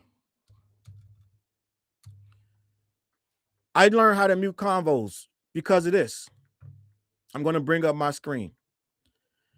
But I posted this. I'm trolling because I don't care. But I troll with shit I can't. With shit I mean. I don't post. I don't post shit I don't mean. Even if it's going to trigger you, and I know it's going to trigger you, I'm still going to post it. Now I got this thing up here. I'm going to show you because there's very little pushback against Kanye right now. I mean, they're this coming out on Twitter. They're coming. They're trying, but they're getting shot down as soon as they bring up this guy's heinous history. Now, right here, I took this. I got this post. I'm going to post it. I'm going to bring up my screen. But they're moshing at this show like some skinheads or something. And I want to show you this just so we can be on the same page. It's just weird. It don't seem like a Kanye show. But these are the floor seats. This is the floor. Right? Let me see if I can blow it up. Let me start it over.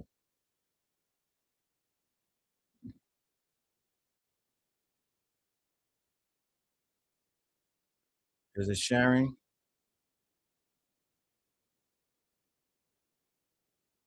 Give me a second to make sure this shit is sharing because it's not sharing.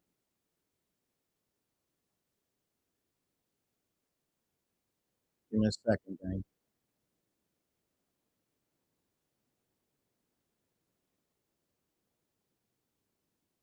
Let's go. All right. Keep that like that.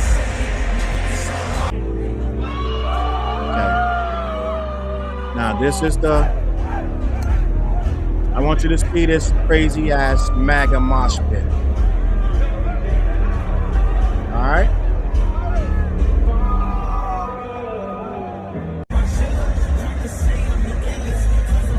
Let me know if y'all can see that. Am I still on?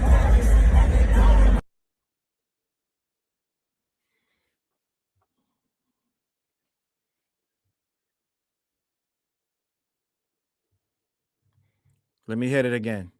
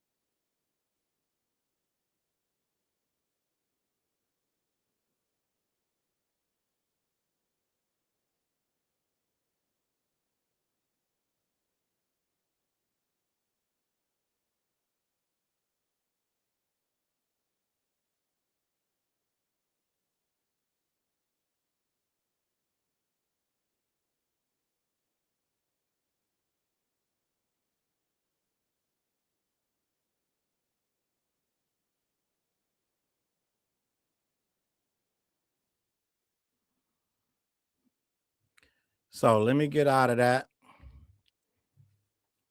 Let's talk about it. Let's talk about it. Let me get out of that.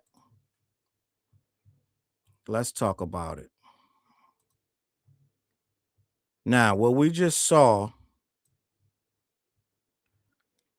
was pretty much. Y'all can tell me in the comments what it looked like to you. But had I paid for them floor tickets, I would have been a little upset. Had I paid for those floor tickets, gang, I would have had a problem. I don't know if that's the music that you do that to. Now, somebody could tell me if that happens at Kanye's shows on the regular. And I do get it. Travis Scott was there. I think that he sets that kind of stuff off in his own shows, which led to problems, right? But that look a little different than my culture of hip hop. Just saying. Maybe I'm bugging. Maybe I'm overreacting.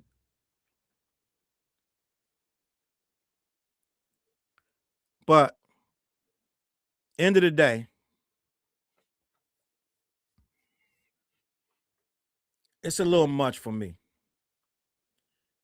And I'm not telling people to not mosh, but I'm telling you at a Kanye show, this is supposed to be a cultural moment. That looks a bit much. If we're gonna say this is a cultural show. I see you, Sarah, you said put up the clips of the Family Ties moshing. I think Drake was begging them to mosh his shit. He was begging them to do something crazy, and they wouldn't do it, and he got mad. End of the day, it's a different energy at Kanye's shows. It's a different kind of fan that goes to a Kanye show right now.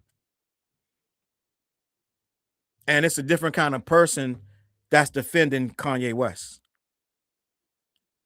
We're at a point now where anything Kanye has said and done is forgiven with the wave of a flag, a wave of a wand. And I feel it's disheartening, gang.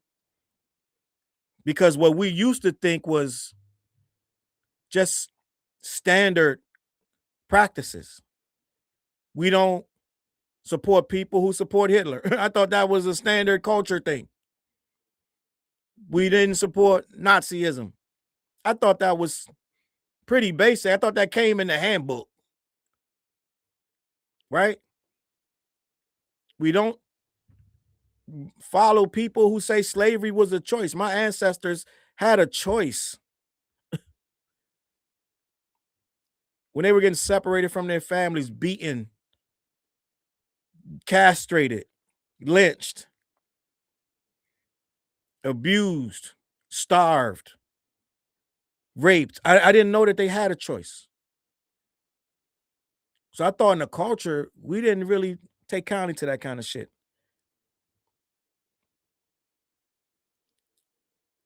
I thought it was different here. And the just disrespecting people's kids. Didn't he call Jay-Z kids some really heinous shit? Kanye did a lot of heinous things.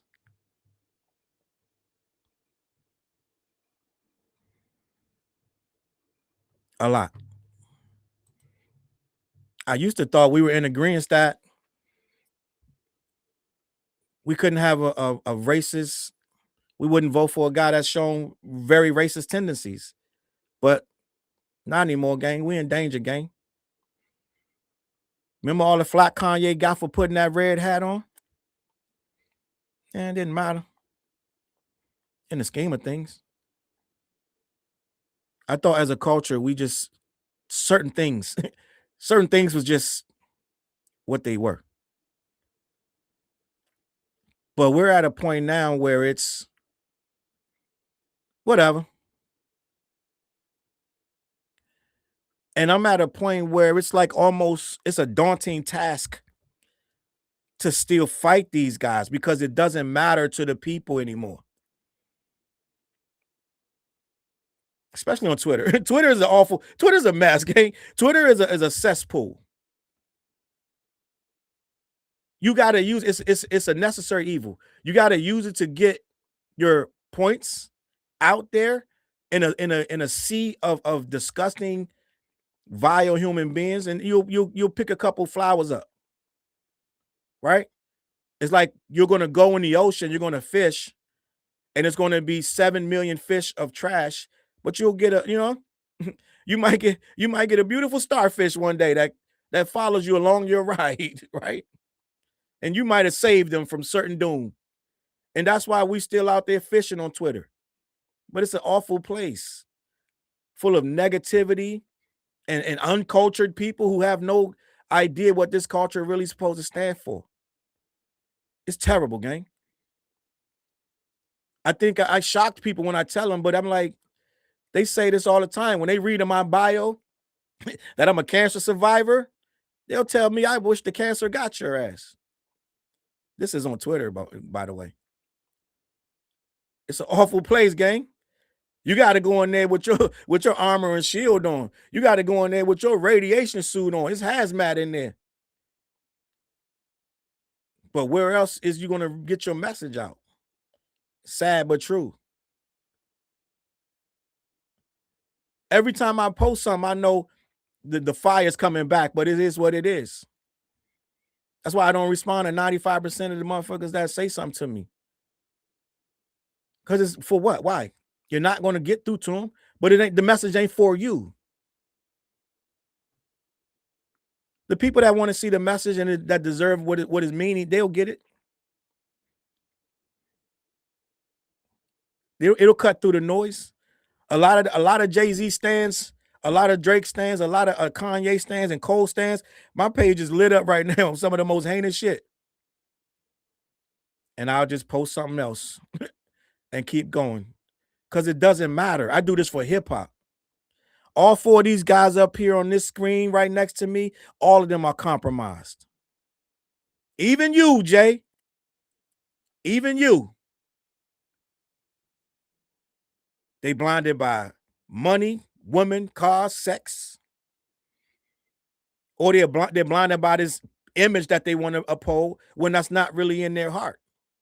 Some of them want a fake image of being super humble and all shucks when all the actions show otherwise. And we start to see through a lot of stuff. But some people either don't know, don't show, or don't care that the actions of these four guys right here are compromising the culture. Kanye openly spreads bigoted rhetoric, racist and bigoted language. And that's who's mosh pitting at his shows right now. J. Cole is openly not standing on anything. This dude can't finish his sentence without saying, if you're the other thing, it's okay. Goes on the Lost in Vegas podcast and say, I like you guys because you don't do the clickbait titles. You don't do the stuff that's just out here to just get a reaction or to get engagement. So basically, he's saying he don't like the ones that do that. Well, in two breaths later, he goes, not saying that there's anything wrong with that. You can't even complete one thought where it might offend somebody. I watched all three of them interviews, most of it. And it was always, I stand on this unless you're that, then I'm okay with that too.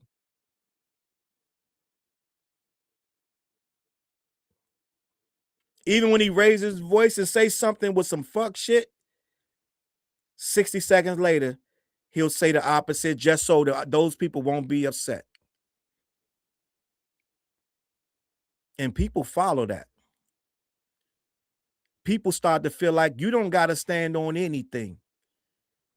Just acknowledge both sides and tell your story like a politician. Well, hip-hop not about that. We need to know where people stand in this culture. We need to know what you're doing this for and why you do it and what you believe in. We don't need to keep hearing you stroke the egos of both sides and try to be neutral. Because what happened, he ended up pissing off all the sides. I saw the Kendrick fans mad. I saw the Drake fans mad. There are a lot of people upset at a lot of things that Cole has been saying. But at the end of the day, I think we getting people who don't need to stand on anything because, for one, they're rich. Cole just went to play basketball in China right now. I think it's the Nanjing Monkeys. And one of my biggest tweets, gang, I've never had a tweet bigger than this. I've never had a tweet go this viral, over 500,000. Over 500,000 for this tweet that I wrote on Twitter. And I'm going to read. I should show you the tweet so you can see the main tweets, but I had to mute it. Because one, I don't want to hear about that shit for days. I don't care. I don't care what you niggas think. I'm 100% solid in what I wrote. But Cole fans came. Listen, gang, I'm telling you, over 500,000. I said, I'm going to tell you what I said because I meant it. But they came at me, gang. Let me just show you how these dudes got. It got pretty crazy. I should show you the tweet. And I'm not asking you to agree with me or not. But I'm just going to tell you what I actually wrote, because I wrote a lot of shit on here, but I want to read it right. I don't want it to be where I'm paraphrasing. So I'm getting to the tweet right now. All right, gang, give me a second. But it was in regards to a 41-year-old black man joining a Chinese basketball team called the Monkeys. And they ripped into me telling me it's Goku, this, that, and the third. They don't have racism in China, all this shit. I'm going to read you some of the tweets too, gang. We're going to be here for, I'm going to have some fun with this. I'm going to show you how crazy it gets on Twitter.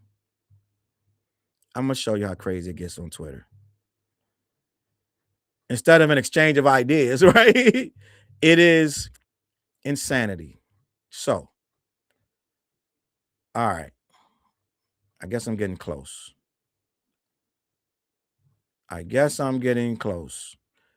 My page is a lot of pro-black stuff too, gang. If you ever see my Twitter, I tweet a lot of pro-black things on my page. So this thing is at 582,000 views. I said J. Cole joining a Chinese basketball team named the Nanjing Monkey Kings perpetuates a continuing inability to read the room. Right? Gang, these people lost their minds. And these comments got crazy. They were telling me the Wu-Kang Goku monkey is sacred in China, and this, that, and the third.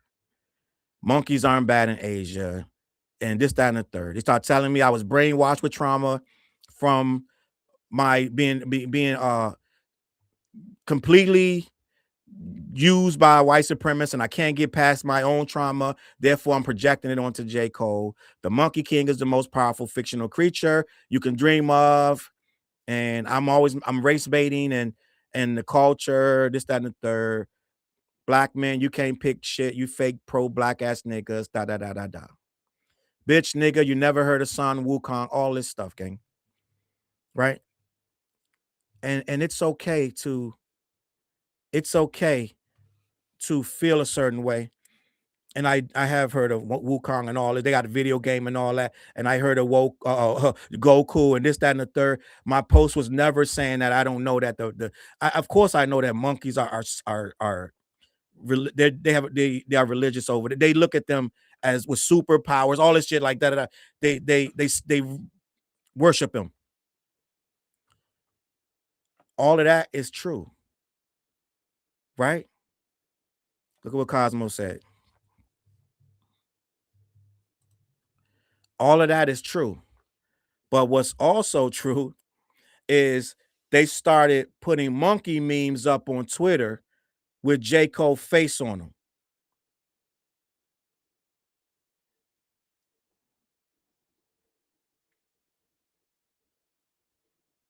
right? It was never a diss to the Najing, if I'm saying that right, Monkey Kings. It was never a diss to China. It was never to say I don't understand why China named them that. My thing was this is not China. And when you come back to America, they're going to look at a black man going to play for the Monkey Kings differently. Just saying. It wasn't disrespectful to him, but to me, I'm looking at it. I wouldn't go play for the Monkey Kings. Just gonna be honest. It ain't no I love monkeys, gang. But the aesthetics, that's all I said. Gang, you can't imagine. They're still commenting on that thing to this day, repeating the same stuff, getting just as belligerent and indignant as you can possibly get. What they don't know is I muted the tweets 2 days ago. I don't see none of that shit. Don't care. Because the comment was not about any of that. The comment is about a so-called conscious black man going to play basketball in China for the Monkey Kings. And I'm gonna leave it right there. Like Locks just said, it's the optics.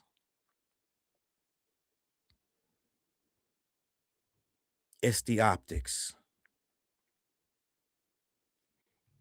That's all I said. So all that other stuff, it sounds good. Wukong and this, that, and the third.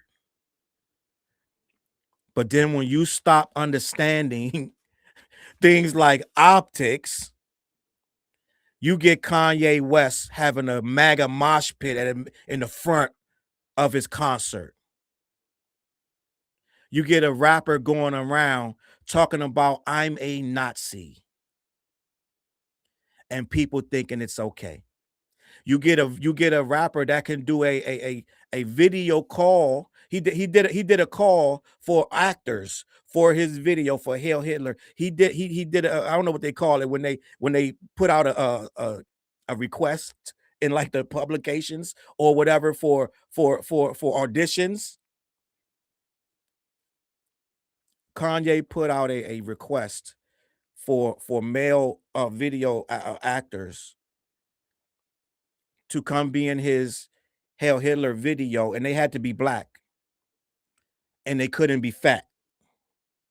This is not me making this up. This is Kanye's actual request. No fat niggas,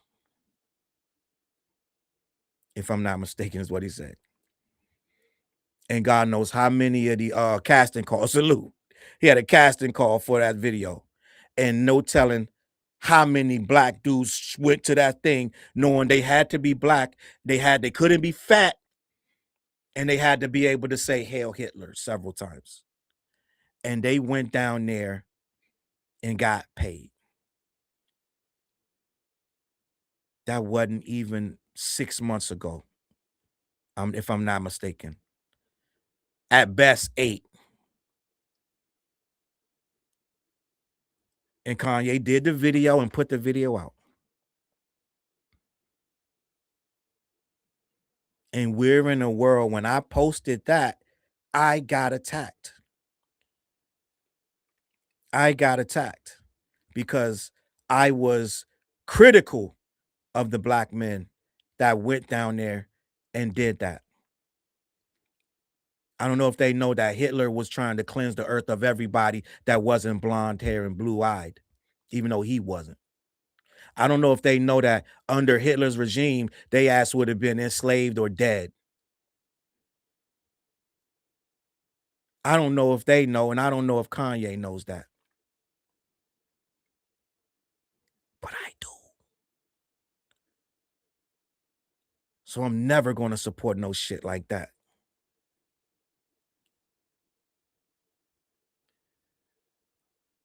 But hip hop is divided. They're jumping up and down, saying this was the greatest show they've ever seen. Kanye just put on the greatest show you will ever see. Clapping their hands and stomping their feet.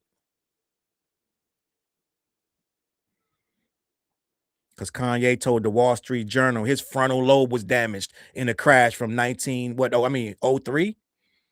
One of them years, 25 years ago. His frontal lobe was damaged. And he's been getting several diagnoses for years. He's been getting mixed messages that he was on his bipolar. Last time we heard from Kanye, it wasn't bipolar. They're saying I got autism. They're saying I'm autistic. He said they've been wrong for years. And now he went to he got a perfect, the PR firm is amazing. I'm just gonna be honest.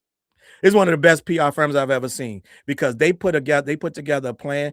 He got him back. They got him back in the UK. 2 nights in the UK and the Wireless Fest. Pepsi allegedly backed out of the Wireless Fest because they're starting to get some pushback.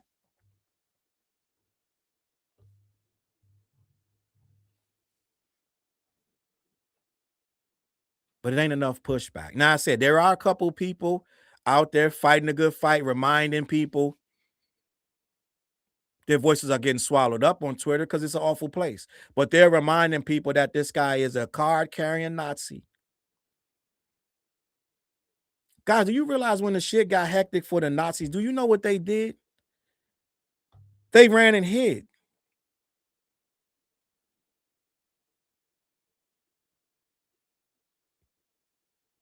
They hid for years. They went into hiding and started new lives, new identities when they didn't catch them. They still catching Nazis to this day. They still after Nazis right now. Motherfucker, 100 years old, dragging their ass in the court. Because when the shit gets real, they run and hide.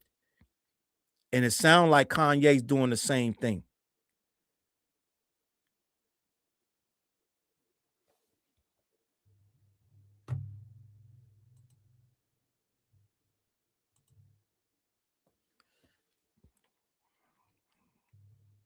Shit like this.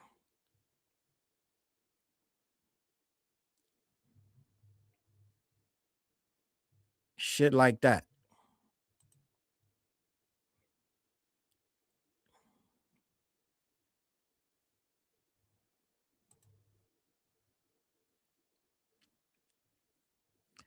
But all we need is a new album. Right? All we need is a new album with some soul samples. And now he on top of a globe spinning around in LA. 80,000 people gleefully came out.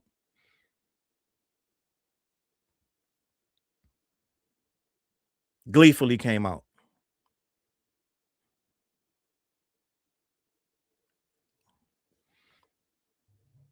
The problem is you can do whatever you want to do, but we don't got to support it. And especially hip hop. And the beautiful thing or the weird thing about it is now this is becoming hip hop. We got a white MAGA rapper right now saying he can say the N-word. And he's popping. He's popping, gang. MAGA rapper. This would have never happened on the Culture Watch. Gang, let me just say something. I'm going to say some real shit. It's the realest shit I could tell you. I want you to go back to 1996. I just put a post up saying that was the greatest year. Because somebody put a post up. I might copy that and show it later before I get out of here. He had all the albums from 1996. I said this possibly was the greatest year in hip hop, in all of hip hop. When you see all the albums that came out in 96. Now let me just ask you this. I'm just gonna be honest. I need everybody to be honest. Ye fan, Cole fan, Drake fan, Jay-Z fan, Kendrick fan. I'm asking you a real fucking question right now. If there was a white rapper came out in 1996, rapping, talking about, I can say the N-word, you can't do shit about it. And he's touring, he's selling records, he's making a mockery of, he's using the culture to get rich. But he's playing with it. How long you think he gonna be able to get away with that? How many shows he gonna do? 15, 20, 100 shows? With KRS-One walking around, BDP, Ice Cube. How many shows you think he get? 150, 200? Where he's going around saying, I can say the N-word and all this right-wing shit he says? What's that guy's name? Somebody tell me his name. Because I don't even have enough desire to know who the dude, what his name is. But they keep clipping him up, and Sean Cotton keeps showing him. And these people keeps posting this guy. I don't remember this guy's name. But he acts like he's a rapper. He acts like he's one of us, but he 100%. How long you think DMX is gonna let this happen? or like 96? Let's say between 96 and 2000. Any of that era. God forbid 91. 91, this motherfucker might wash up on the river, gang. You might have washed up on the shore. Trying to pull that shit in 1991. I think it's Tom McArnold. I think that is the name, Prime Time. I don't know, but I think that's the name. Tom McDonald? He said McArnold. Tom McDonald is the name. Tom McDonald is the name. All right. How many cities could he take that to?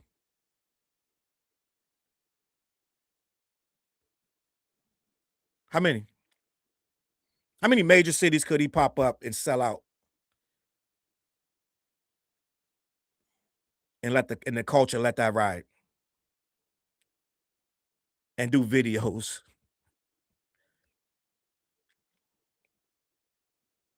You right, Suge Knight. I don't know how long Suge Knight would have stood for that, gang. But in this culture, they will argue with you for his right to do it.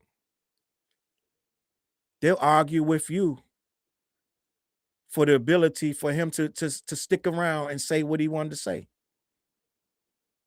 And he does have that right to say it and say what he wanted to say, but there would have been consequences for it. And now everybody up on this screen is silent on that issue.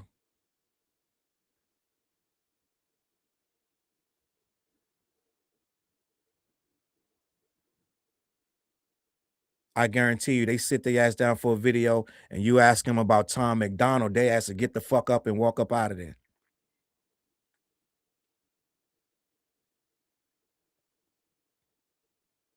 I'm just going to be honest. Marley, you in danger, girl. These niggas are not protecting you. They are not protecting you whatsoever. Hole trying to tell you three-fourths of the culture is fucking dead. Drake trying to tell you, I can throw rocks, but if you throw a rock and it hits me too hard, I can call my lawyer. J. Cole trying to tell you, I can diss you and then wait 2 days later and apologize and don't even give you a chance to respond. And act like we still good. You're my friend.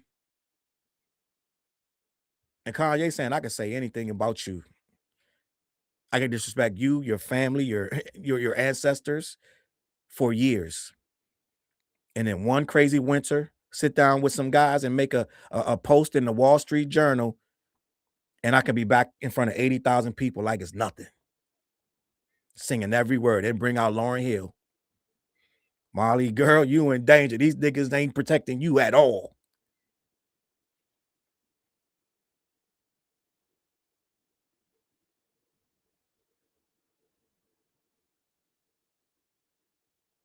Not one of these niggas on this screen is protecting hip hop at all in the slightest. They only caring about their selves. They care about the records they gonna make and the records they gonna make and the sales they gonna get. They trying to make their legacy last. They want to go down in hip hop legacy. They want their legends to be told. Drake's still trying to figure out what to put on Iceman. And J. Cole wanted to be a smash hit. They don't give a fuck about the damage they've done to hip hop. We literally got hip hop heads arguing against each other. Can you sue over a rap battle?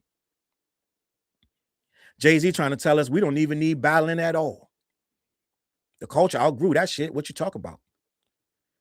The reason the culture didn't outgrow it because that's what the culture is and always will be, is competitive. No matter how many times Jay-Z get in front of a mic and say we've outgrown it, and how many corny ass motherfuckers try to say he's right, it's going to always be competitive nature because that's where it comes from.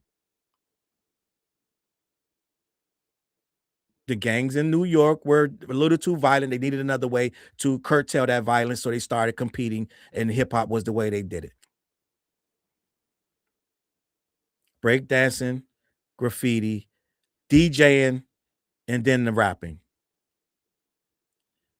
Now, these motherfuckers have made it $1 billion entity where they've made a lot of money, and now they want to control it and make it nice. They want to take the competition out of it because it got too mean for Drake, the Canadian guy. They want to tell the black United States rappers to tone down the rhetoric, the non-actionable rhetoric, right? They want to take you to court because it's too mean.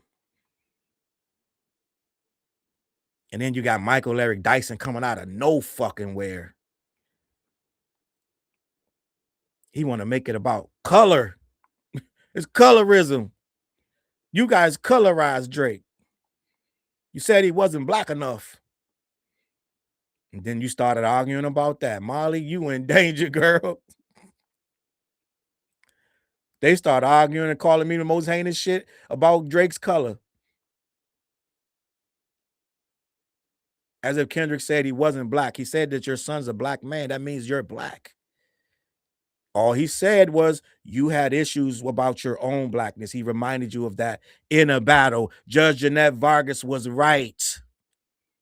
You guessed it. Salute the homeboy in my comments. He said, I love that you keep giving OG Mako shouts out. I shout him out like once a week. He said, I love that you keep giving him the shout out, but you said his name wrong. You guessed it. You was right.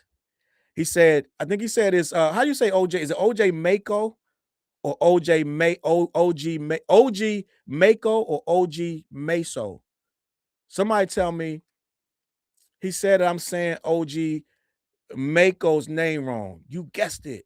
You was right. How you say that? I should Google it.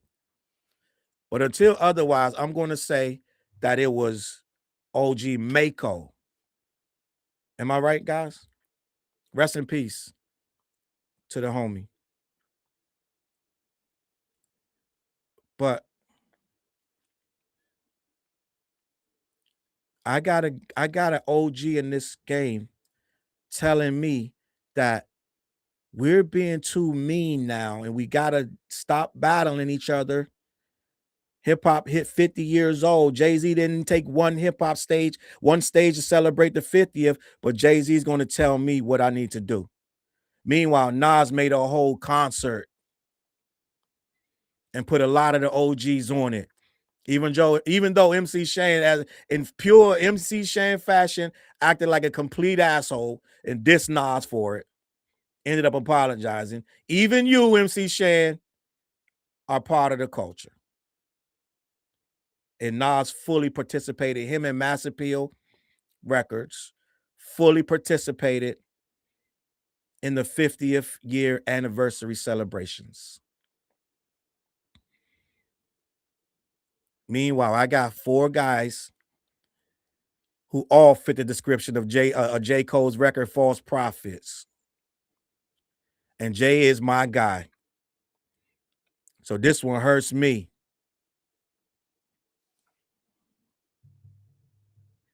Homeboy said, make Mako. Am I going to get this? I don't know if I'm going to get this. Mako. Locomotion said, is that Mako? OG Mako? OG Mako? I think that's right. Mako. Maybe I'm saying it. Maybe I'm saying it right. Mango said Mako. Mako? See? I don't think I got any. I don't think I got it. Let me continue, bro. Let me continue.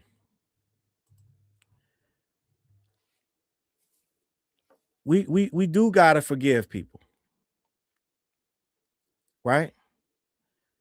But I think you gotta earn it. Kanye terrorized this game for 10 years straight with nonsense. I think Kanye was doing nonsense before Trump won the first time. He was doing nonsense. So one crazy winter, you gonna write one apology that you didn't even write, and now we gonna forgive you? We lining up at the SoFi Center or whatever, the SoFi Stadium. And now you back in the UK, who are very adamant about anti-Hitler rhetoric. The anti-Hitler shit, they don't play with that. Because had Europe failed, we all be Nazis right now. So they don't play with that shit. And they have decided to have you on there too. Mac like Bernie Mac, OJ Macko, sucker. That's what we're gonna do. We got 4 guys absolutely going against the entire code, the entire culture with everything they're saying. I'm just gonna be honest. It's effed up. And sadly, right? And the girl went viral a few weeks ago. And I did a video on it. A girl went viral. I believe her name was Rosie the something Rosie. Viral. Like millions of people was retweeting this. And she said, old dudes like Jay-Z, J. Cole, and Kendrick need to get out of the way for the young people. Shit went viral. They need to get out the way. They're the problem. They're in the way. Because she used the words, let the young people lead. Well, wasn't that like Pooh Shiesty and guys like that? Ain't that the young people we talking about? I think we're going to hold it a little bit longer. So us old heads are still in power of this. The best records, the biggest records are coming from guys 30 plus. Now you got your occasional NBA young boy and what's homeboy, maybe Lil Tecca or something like that. But for the most part, the biggest records that make the most noise, that make the most engagement are 30 plus, 35, 40-year-old rappers. People is anxiously waiting for this Jay-Z thing. Kanye just sold out 80,000. Kendrick just did a world tour, right? And so on and so. J. Cole is on the biggest tour of his career, and so on and so forth. And the older guys are in power. They do shape the game and the culture. Their fans are rabid as hell. And guess what they're doing? You guessed it. You was right. Nothing. They're making it worse. They're perpetuating this happy-go-lucky Gen Z mentality that everybody gets a trophy and you can't be too mean or I'm going to tell.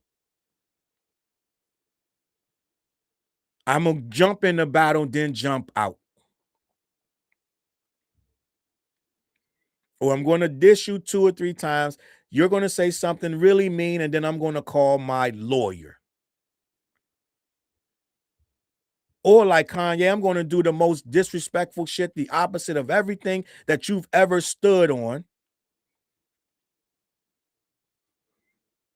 and still get paid. Because you guys have no morals and codes. You don't care anyway. They ripping up all the codes, all the playbooks. None of that shit matters anymore. They're deciding what the rules are now. They're saying ain't no more graffiti, ain't no more DJs. Fuck all that. That breakdancing shit dead. Only thing left in hip hop is rappers. And I got a contract for you right now. And people are agreeing with this.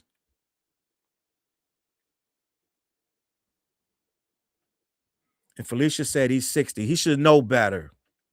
Jay-Z not 60. Jay-Z 56, but he should know better. If he ain't going to protect this shit with integrity, then who is? Everybody on that screen is over 40 except for Drake. But he getting there. I know y'all. I hate to hear that. He's not 40. Stop saying he's 40. He's about 37, some shit like that. He close. He getting up there. Might be 38, 39. I don't know. But it's not about your age. It's about what you do with the culture and how you defend it, right? And these guys are not defending it. Salute the stats.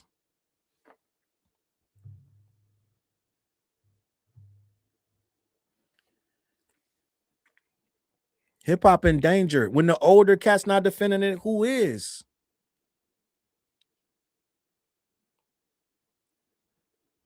And we got some dope young guys coming up. Nasir salute. Nasir said Drake is 39. He won birthday. What was that year he was in that? He rented out that strip club. He was in it by himself playing music.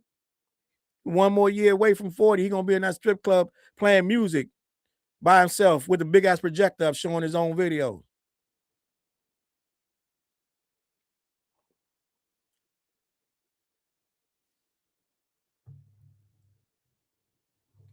Oh, it's this year? Nicole said he's gonna be 40 this year. Welcome to the age of. That's when all your insight come, my G. I guess we're gonna get Iceman when he hit 40. But guess what? They're not standing on any of the codes of hip hop because they're trying to tell us none of them matter. So I go in Twitter and fight these assholes. I fight them in my own comments on YouTube because I was there when this shit started. I'm not going to let you change it on a one crazy summer on Twitter.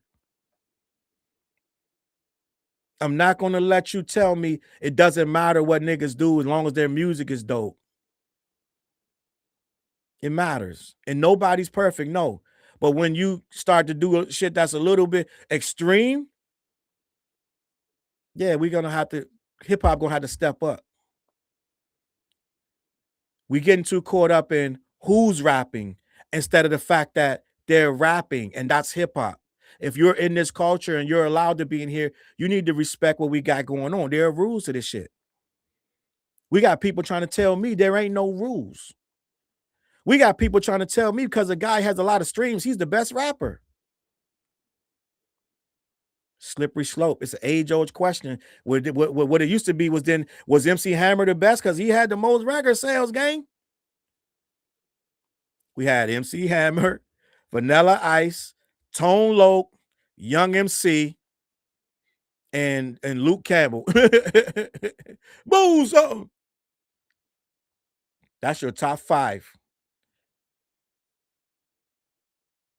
If we talking sales. Then a guy named Tupac came around and he figured out how to sell records. A lot of his sales came out his untimely passing. And hip hop started to really, okay, now we can really move these units. After Run DMC came along with a little song called Walk This Way. Not saying they started because Houdini was the first platinum record. Look it up. I know Google going to give you conflicting answers. But trust me, Gen Z, when you Google who had the first platinum record rap group with the first album, it's Houdini. They did it first. Because then Google's going to try to tell you, they're going to try to tell you it was Run DMC or somebody else.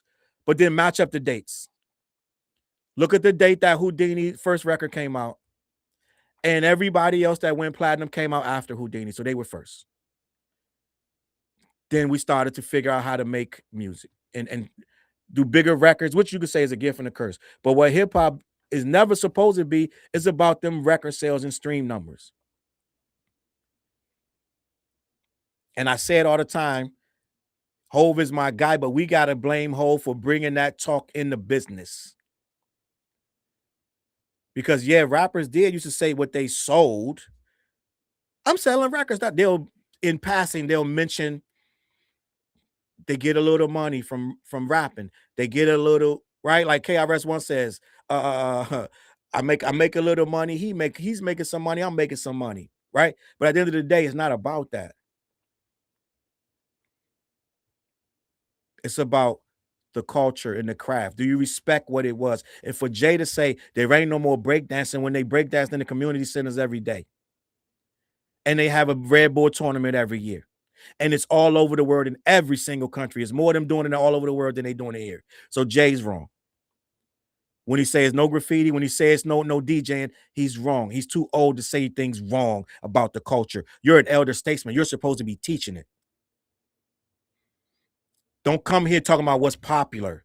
A lot of people got in my comments on my TikTok and elsewhere saying, no, what he really meant was it's not popular. Well, that's not how this works.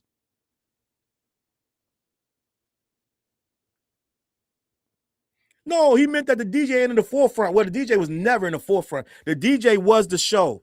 But the DJ got the rappers to say their name and shout who they were out because they didn't have time to be on the mic saying who they were. So they went and got somebody else. That's the MC. The MC started making up his own rhymes, started making up his own routines, and people started learning his name. So now the MC is the forefront and it never changed. Once the rappers became popular and they started to know who the rappers was, the DJ was secondary. And he mentioned Eric being rock. They used to put the DJ's name first because the DJ had a lot of respect back in the day. But as things started to flow on, they started taking the DJ name all together. It was Eric B and Rakim, Jazzy Jeff and the Fresh Prince, Cash Money and Marvelous. You always put the DJ in there, but then they started moving the DJ's name out of the whole name of the group altogether. But they still had DJs. NWA went on tour with a DJ named DJ Yella. They all had DJs, gang. End of the day, we can't teach this shit if we're going to change the rules of it. If we're not going to teach it right, then we can't teach it at all. If you're going to get on here and start quoting streaming numbers and record sales, then you're in the wrong conversation. That does matter, but not as much as you think. It's a part of the game where you could say, okay, he's a viable artist, a valuable talent because he can move units, which is a big deal back in the day. But we can also go into how many games they used to play then and now, where they would buy a warehouse full of records just so that release will have 50,000 units sold on top of whatever else. So he can break that threshold and look like he's really selling units. Then they resell them records right back to you when people run to the store. And just like now, when they're using these bots to boost up and raise up numbers, this, that, and the third. So you can always play with the numbers. Real hip hop is not about those numbers. And a lot of guys that should have got more sales ended up getting their records bootlegged. A lot of guys who had a real shot at having real numbers would get bootlegged. That's why I say this all the time, they used to beat up the bootleggers in the street. Bootleg, you get your leg broke. Many videos back in the day of dudes running down on the bootleggers. The bootleggers, for the Gen Z people don't know, a bootlegger used to sell illegal copies of releases that wasn't out or were out. So they would get a copy of Redman shit, press up 50,000 copies, sell them to individual bootleggers for almost next to nothing. They would go sell them on the street, and then it's called pirating. They would pirate your shit. And people like me will go to the bootlegger 2 days before your shit's supposed to drop and buy the shit on tape or CD. And therefore, I'm not walking to Waxy Maxi now or Tower Records to buy your shit because I already got it. So a lot of these rappers that's not in the conversation got their CDs bootlegged.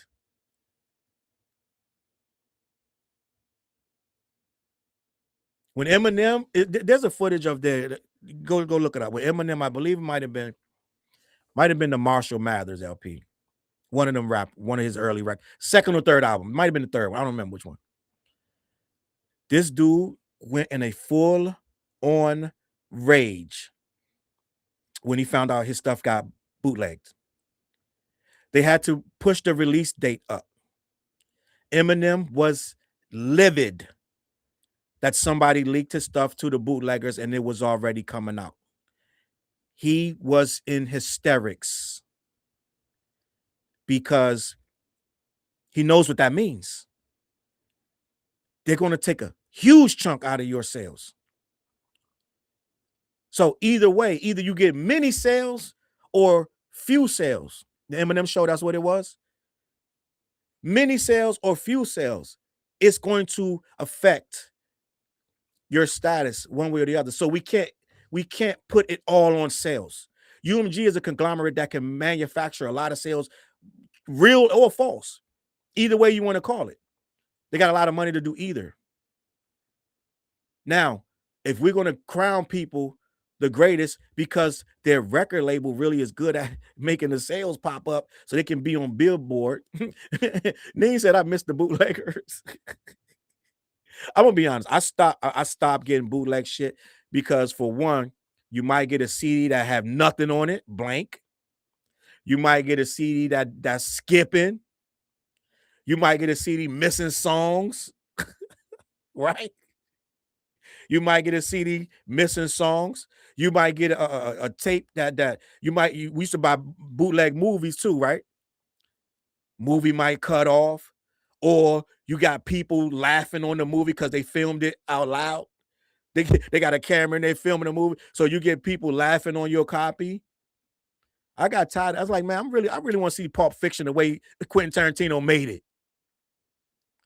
So I stopped getting bootleg shit. I'm just gonna be honest. I took an oath a long time. I'd be like, y'all watching the bootleg? I'm good. I'm not watching that shit. I'm just gonna be honest. I got tired of this nonsense. But I get you. I understand. It was a great time. For a time, it was real good. You're right. For a time, it was good. But that's the reason we don't go crazy to include record sales when we're saying somebody is the greatest. Because numbers can be faked. Numbers can be deceiving. Numbers can be misconstrued. So we're getting to a point where we can't just say these guys are this, that, and the third because of numbers. We need them to respect the culture, and the culture needs to decide. I don't know if y'all know, but the culture decided who won the Kendrick battle. I don't know. Do y'all know that? There was no bots. There was none of this. It was the culture. Because the culture was on it every day. Every drop, the culture was making that popular. The culture was making that thing go, and everybody follows suit of what the culture does. And if the culture is saying that this is the most important thing, guess what? Everybody else starts saying, well, who's Drake? We had Tom Hanks asking Chet Hanks, so Kendrick and Drake beef, what's going on with that? Tom Hanks wanted to know what was going on with Kendrick and Drake. That's how crazy that thing got. Because the culture wouldn't let it rest. We was on it. That's how that got there. Do you know that the culture is so powerful? For a split second, about 2 weeks straight, the culture made Joey Badass the most talked about rapper on earth for that battle last year. Who the hell's checking for Joey Badass? But when that battle came and he called out Kendrick and everybody else stepped in front, Ray Vaughn and Daylight and a couple other guys and that Red Bull Cypher, oh yeah, the culture was making hip hop very, very popular. They made Joey Badass the number one search rapper for a minute. And that wasn't stands. That was the culture. Because we was so like, yo, he dissing K Dot. He did what he did what he needed to do. Came out with the mink on in the Poconos somewhere with the limo. No, it was a Lincoln Town car. And for a time, the culture was all on that battle. Remember that? That Red Bull Cypher beat crazy. That shit's still crazy. Go back and play that Red Bull Cypher beat. That shit's still stupid. And the culture was very interested once Joey did that Red Bull Cypher with Ab-Soul and Big Sean. That'd be crazy. I listened to that shit 2 days ago. I'm like, this shit's still fucking fire. And who checking for a Red Bull Cypher except for the fucking culture? Be honest.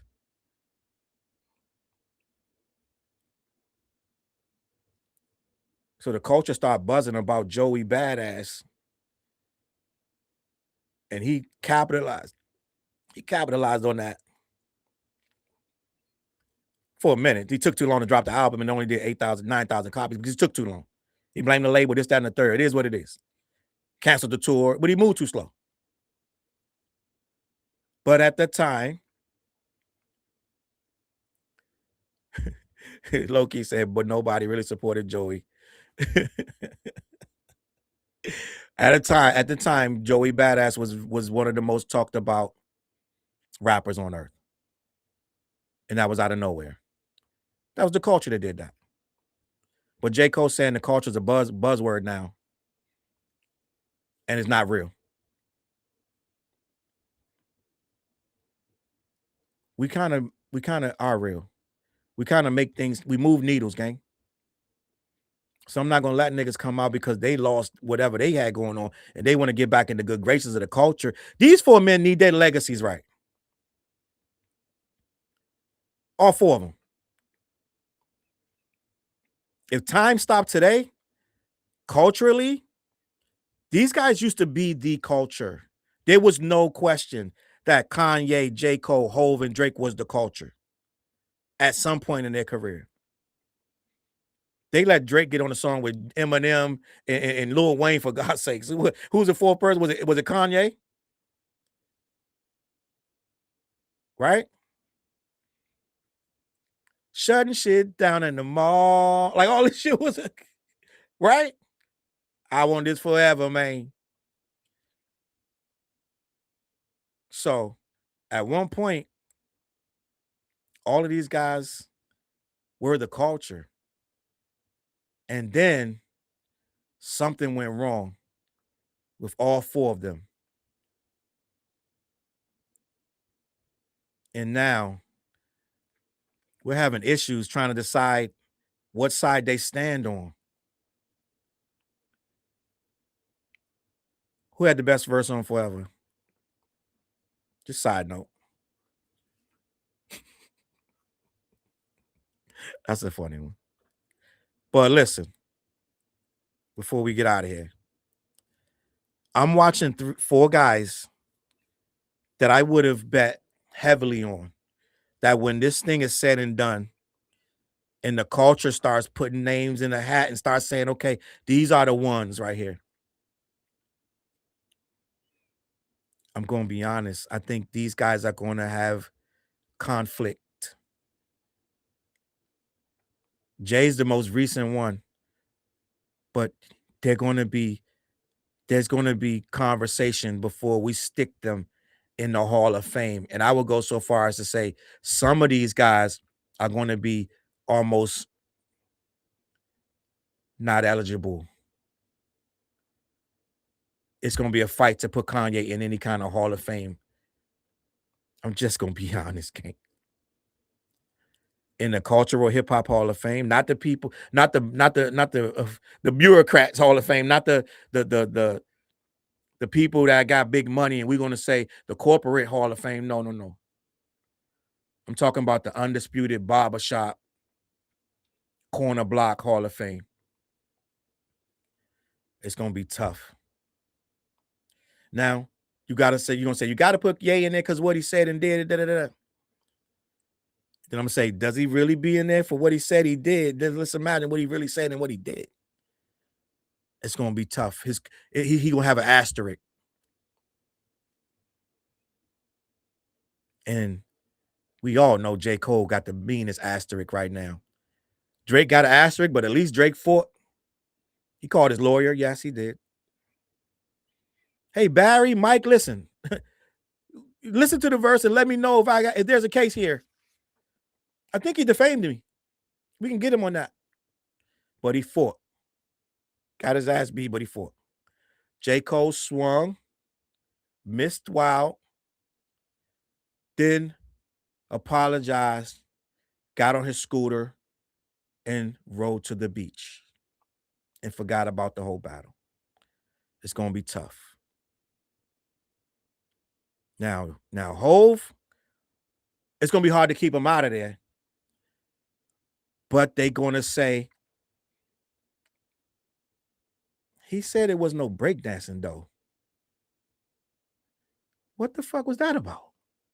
You saw the interview? Yeah, I saw it. He said it was no break and no DJing. This whole fucking museum filled with DJs.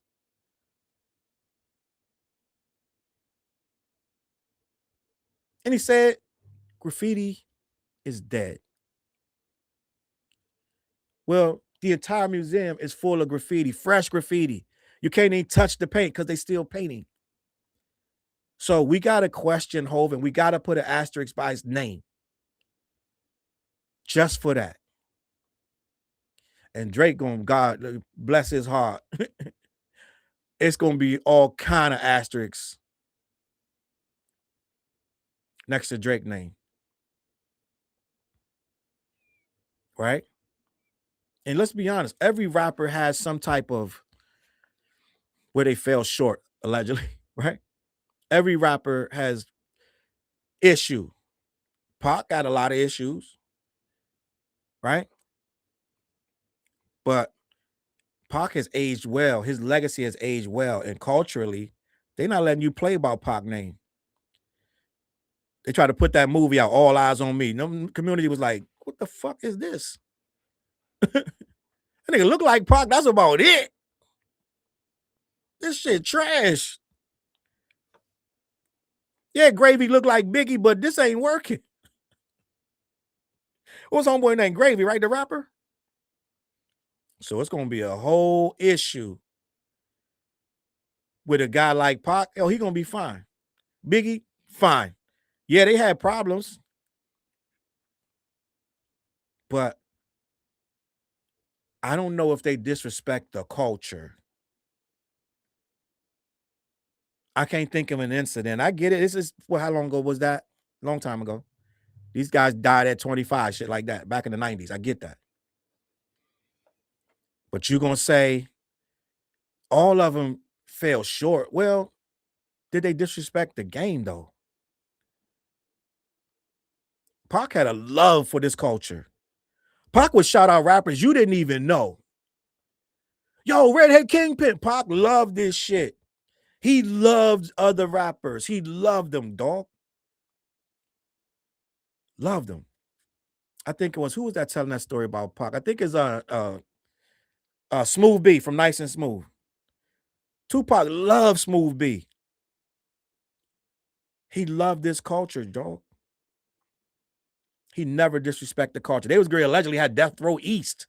He said, I could never hate East Coast. We great have Death Row East. Now, he was talking a little spicy. He's talking crazy on that Death Row, what they was going to do. They was going to take over the East Coast. This, that, and the third from suckers like Diddy. Look at Diddy right now. You guessed it. He was right. Diddy a sucker. But at the time, he was running shit. Now, end of the day, we got guys that are doing some really suspect shit. And just like I told you to go back to a certain time and see if Tom McDonald would survive. I don't know if Cole's career recovers. 93, 96, 98, 2000, rap got real grimy. Did you hear them niggas on the radio battling each other? Jadakiss, Freeway, fucking all of Rockefeller, state property. What's that, between 98? Oh, I don't remember. 03, I don't remember when it was. 01, 99, I don't know. But that whole stretch, that whole 5 years, wasn't no backing out of no battles. I'm gonna be honest. J. Cole does not survive. J. Cole does not survive in that late 90s, early 2000 age. If he would have dissed K. Dot the way he did, and then 2 days later apologized and told him, I'm gonna take it on the chin,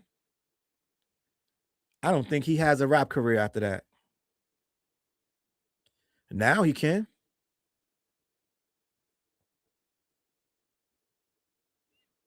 Now he can. It's a different era now. Touchy-feely. Ain't nothing wrong with being touchy-feely, but at the same time, we can't change the rules for you. We can't change the game for you.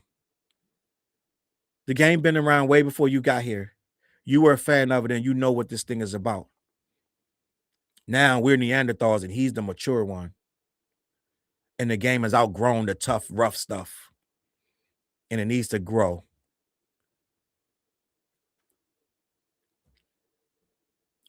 They don't change basketball, football. They may add more rules to it. And they may add stronger pads. And they may make the kickoff line, they may change it for safety reasons. But they don't start saying, well, you can't tackle him because his stomach hurts, even though he just tackled you. The rules are the rules. The rules of basketball are the same. The basic rules. If you set a kid down and say, listen, Mikey, listen, look at me, pay attention. I'm going to teach you how to play basketball. You dribble the ball as close as you can get to that basket, and then you shoot it in the hoop. And you got to keep dribbling. And if you're not open, just pass it to that guy. And if somebody pushes somebody, it's a foul. And that line over there, if you step on that line, the play's dead, you're out. And you got to give the ball to the other team. And that long line right there, the big one at the end, that's a 3-point line. If you shoot from there, you hit that, you get 3 points. Yes, 3 points. All right, you ready to play? And then it's shirts versus skins. You ready? All right. So the other stuff, we'll worry about that later, but that's the basics. Remember what I told you. Get closer to that line you can and shoot the ball, okay? It's rules. Hip-hop got rules. Basic-ass rules. And all 4 of these guys on the screen are going against those rules. All 4 of them. But I'm going to be here. I showed you how crazy it gets on Twitter. I'm still going to be there. Because we got to fight. Like Martin Luther King used to walk on them bridges and they knew they was going to get spit on this, not the third. Well, he had to go anyway. And I ain't saying I'm Martin Luther King. Even you, right? I'm not La Russell, right? I'm not that. But just saying. It is what it is.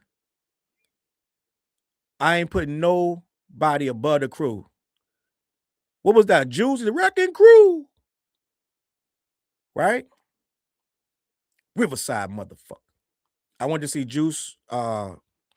We had just met these girls. One of the girls was from New York. And we went to see Juice with these girls. And the girl, when he said Riverside, motherfucker, she was like, that's right. I'm from Riverside, motherfucker. I know y'all remember that scene in Juice when Pac said that.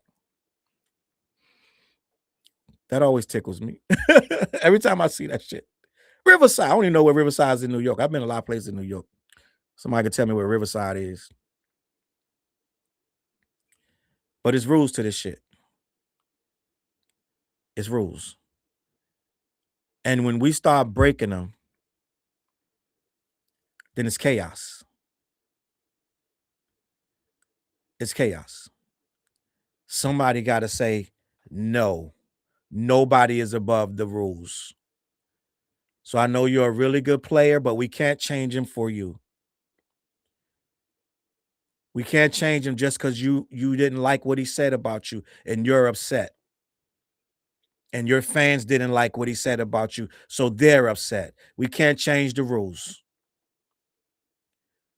Two guys battle, right?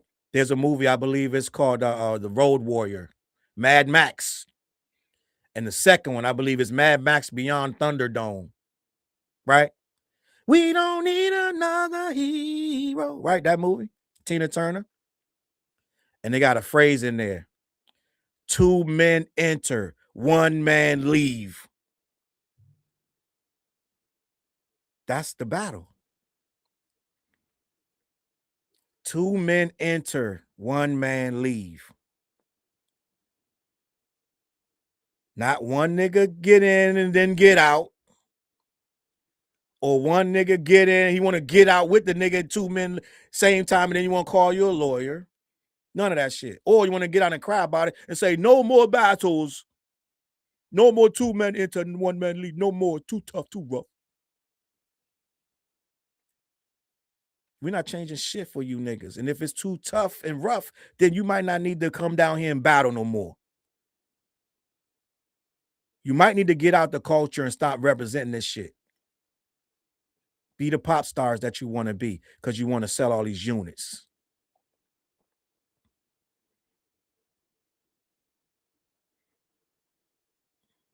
It is what it is. We're not going to stop diss records. We ain't going to stop battling.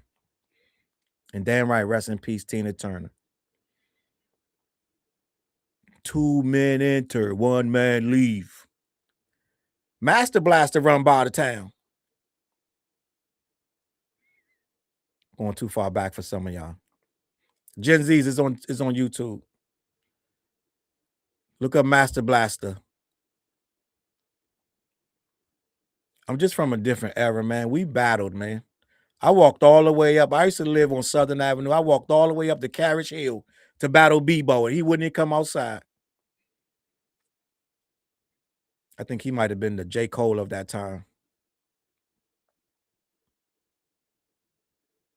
He probably had a hell of a rhyme in the house for my ass.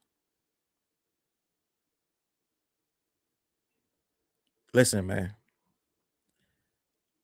I'm just a hip hop head. No more, no less. It is what it is. We use this space to just talk about hip hop. Some of us love it. Some of us think we love it. And some of us don't love it at all. We just love certain rappers who can actually rap and make a living from it, but we don't love the culture. A lot of you guys don't love the culture. You love the music. And I met a lot of people who just love the music. The culture is different. I can't argue with a person that just loves the music. We don't have nothing to talk about. And Jay-Z knows better than what he's saying with this shit. I'm gonna leave it at this. We just saw Kanye do a show for 80,000 people. Then we saw the people.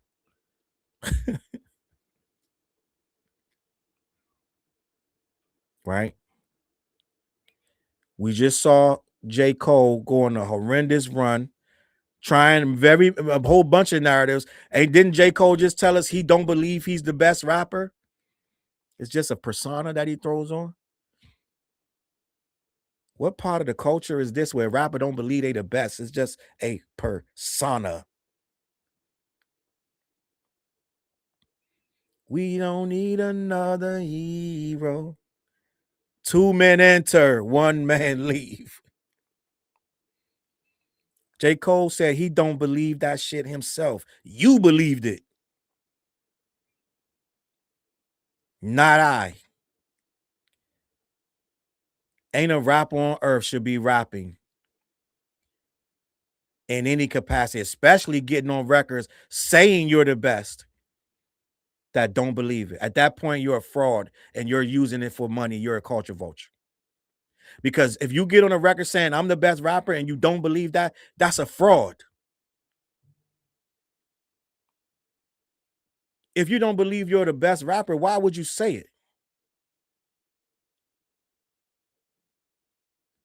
You could have just kept doing some speech of Arrested Development raps.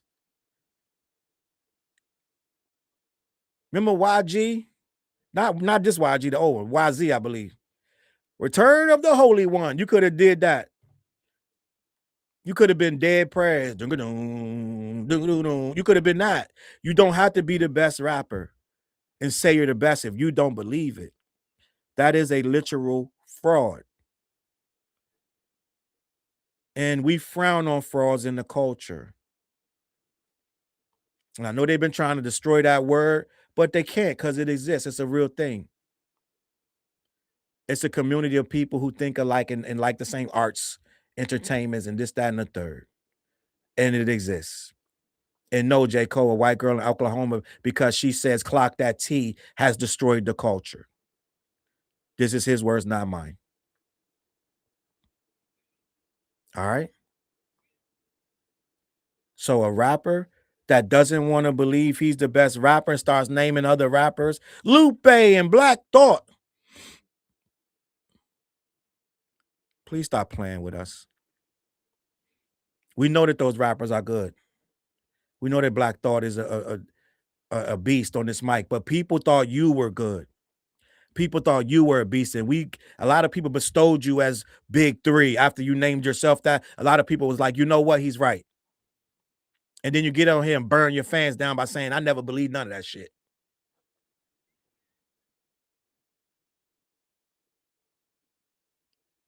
How goofy is this? The culture, we're supposed to stand on what we say. That's why people get so offended when they find out somebody has a ghostwriter. That's why Meek Mill thought it was he thought it was a knockout blow. He thought it was a knockout blow when I believe, who was it? DJ Drama gave Meek Mill the reference tracks. He thought it was a knockout blow. And guess what y'all said? We still like him. You don't need to write your own raps to make good songs. I'll tell you, I'm going to be honest. That's when I realized, Molly, you in danger, girl. When y'all started saying you don't need, and I get it, there are rappers who have had ghostwriters, but they were never trying to be the best rappers either. Right? We know Salt and Pepper didn't write their raps. We know Kid of Kid and Play wrote all the raps for Kid and Play. We know that. We know that Ice Cube wrote all of Eazy-E's rhymes. Ice Cube and Ren wrote Dr. Dre and Eazy-E's rhymes. We know that. So that was never an issue. That was full disclosure from day one. We never had a problem with that.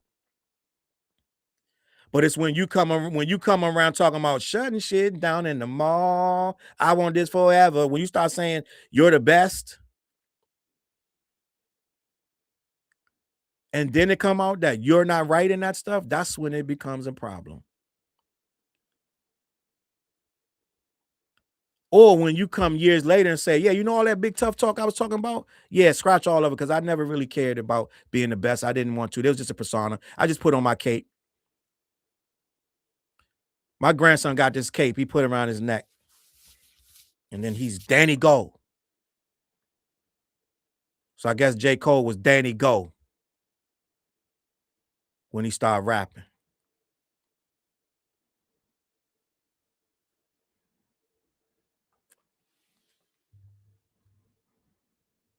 Gang, is no disrespect to these people, but we gotta have some order.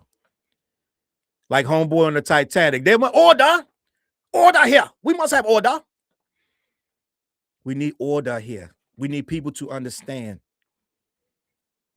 that it gotta be some order. When you guys are the culture and you're saying wacky, goofy shit, somebody gotta say something. Because they starting to think the shit you're saying is the culture. They think you can get your lawyer when you lose a rap battle. They think that it ain't no breakdancing, no graffiti, no DJing. They think that you can start a rap battle and then 2 days later at your Dream Fest festival, you can say, well, you know what? I think who thinks K Dot is the best? They think you can really do that in this culture of ours. How that rapper, he was on there, they say he the worst freestyle in history. That shit.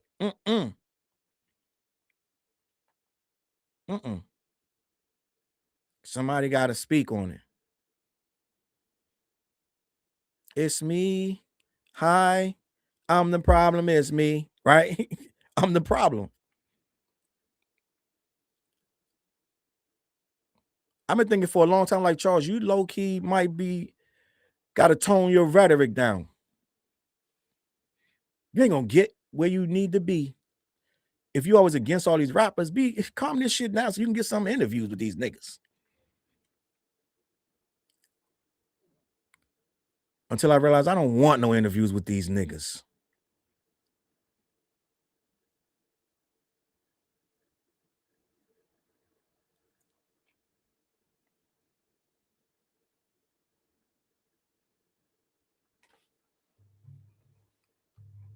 I don't know, man. You might not have seen a nigga more culturally dedicated.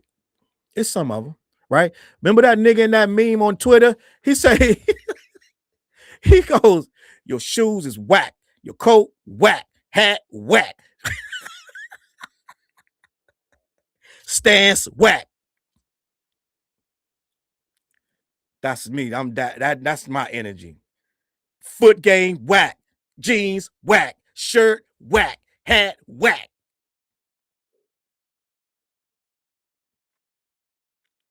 I remember that guy. He was dead ass serious too. It wasn't a skit. He wasn't doing it for likes and views. He had his arms crossed, foot stance whack. I don't even know who he's talking to. He had his hat flipped up. Whack. That's me right now on YouTube. Shirt whack, hoodie whack, foot's whack, jeans, your sneaks whack. That's me. I'm that nigga. It is what it is, gang. I'm just a culture nigga. I just do this for the culture to let them know what a nigga look like when listen. Didn't Jay say he was doing it for the Cold Crush?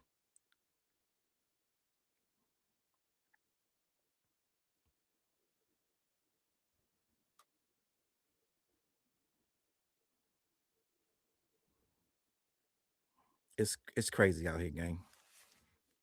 I'm getting out of here. I'm getting out of here. I think I talked enough about these four guys. I called them five guys. I was supposed to talk about the media, right? But the media is so divided, gang. There's no we don't have no consensus in the media either. The so-called media. It's all over the place too. The media always been a problem in hip hop. We've been complaining about the media since Method Man was complaining about the media back when they first came out. The media has always been an issue. Ain't the media try to cancel Professor Griff and all this and that? It is what it is. Kids, don't Google Professor Griff tonight. You just go to sleep. There's a lot going on. Don't even go down that rabbit hole. There's a lot going on, gang. End of the day, it's different when you understand it and you don't fall into the trap of basing things around how much money you can make off of it or how much money it made. We don't have to agree on everything, but some stuff got to be in writing. And what we're doing and what I'm seeing is it's in writing, but they want to change up the writing. They want to change up the whole situation of what's going on to smooth it over for these guys to continue making money. I don't know what billionaire put a call into these guys, but they are all on one accord to make this shit very, very different than how it was supposed to be. And I'm not having it. I'm about to get out of here. I don't have nothing else to say, but I will be doing a lot more lives because I be having a lot of thoughts that take more than just a 20-minute video. It's so much going on. You can't always hit things with a topic, one topic. It's mad shit going on. So I'm gonna leave it at this. If we're gonna keep this culture thing, which we are, we're gonna have to start policing it a lot better. Because we get too wishy-washy. And a lot of these guys take advantage of that. And a lot of the guys we've excelled to the top aren't respecting the culture. Right? We need homeboy. Foot stance whack. Hat whack. Right? He might be a little too abrasive. We need somewhere in between. Somebody with some common sense. But it's also gonna call you whack when they need to. I appreciate you guys watching, man. I'm about to get out of here. Happy Easter. Happy Easter. All right. Diego, I see you. Tizzy, I see you. Noah. We had a whole full house tonight. Sims, Cosmo. Neen. Violante. All the heads was in. We have 500 people in the chat. Ron Stewie, I see you, Ron. Darlene. Ferry, Cosmo, Queen B. Boulder. Ray Shermer. I know I said it, bro. Scissor Shermer. Appreciate you guys locking in. About to get out of here, man. Listen, that's all I got. That's all I got. Back to basics. Jasmine, Nova Wave. Neen feels her feels. Sarawan said. Locomotion, man. Listen, Nicole, I see you. Melonator.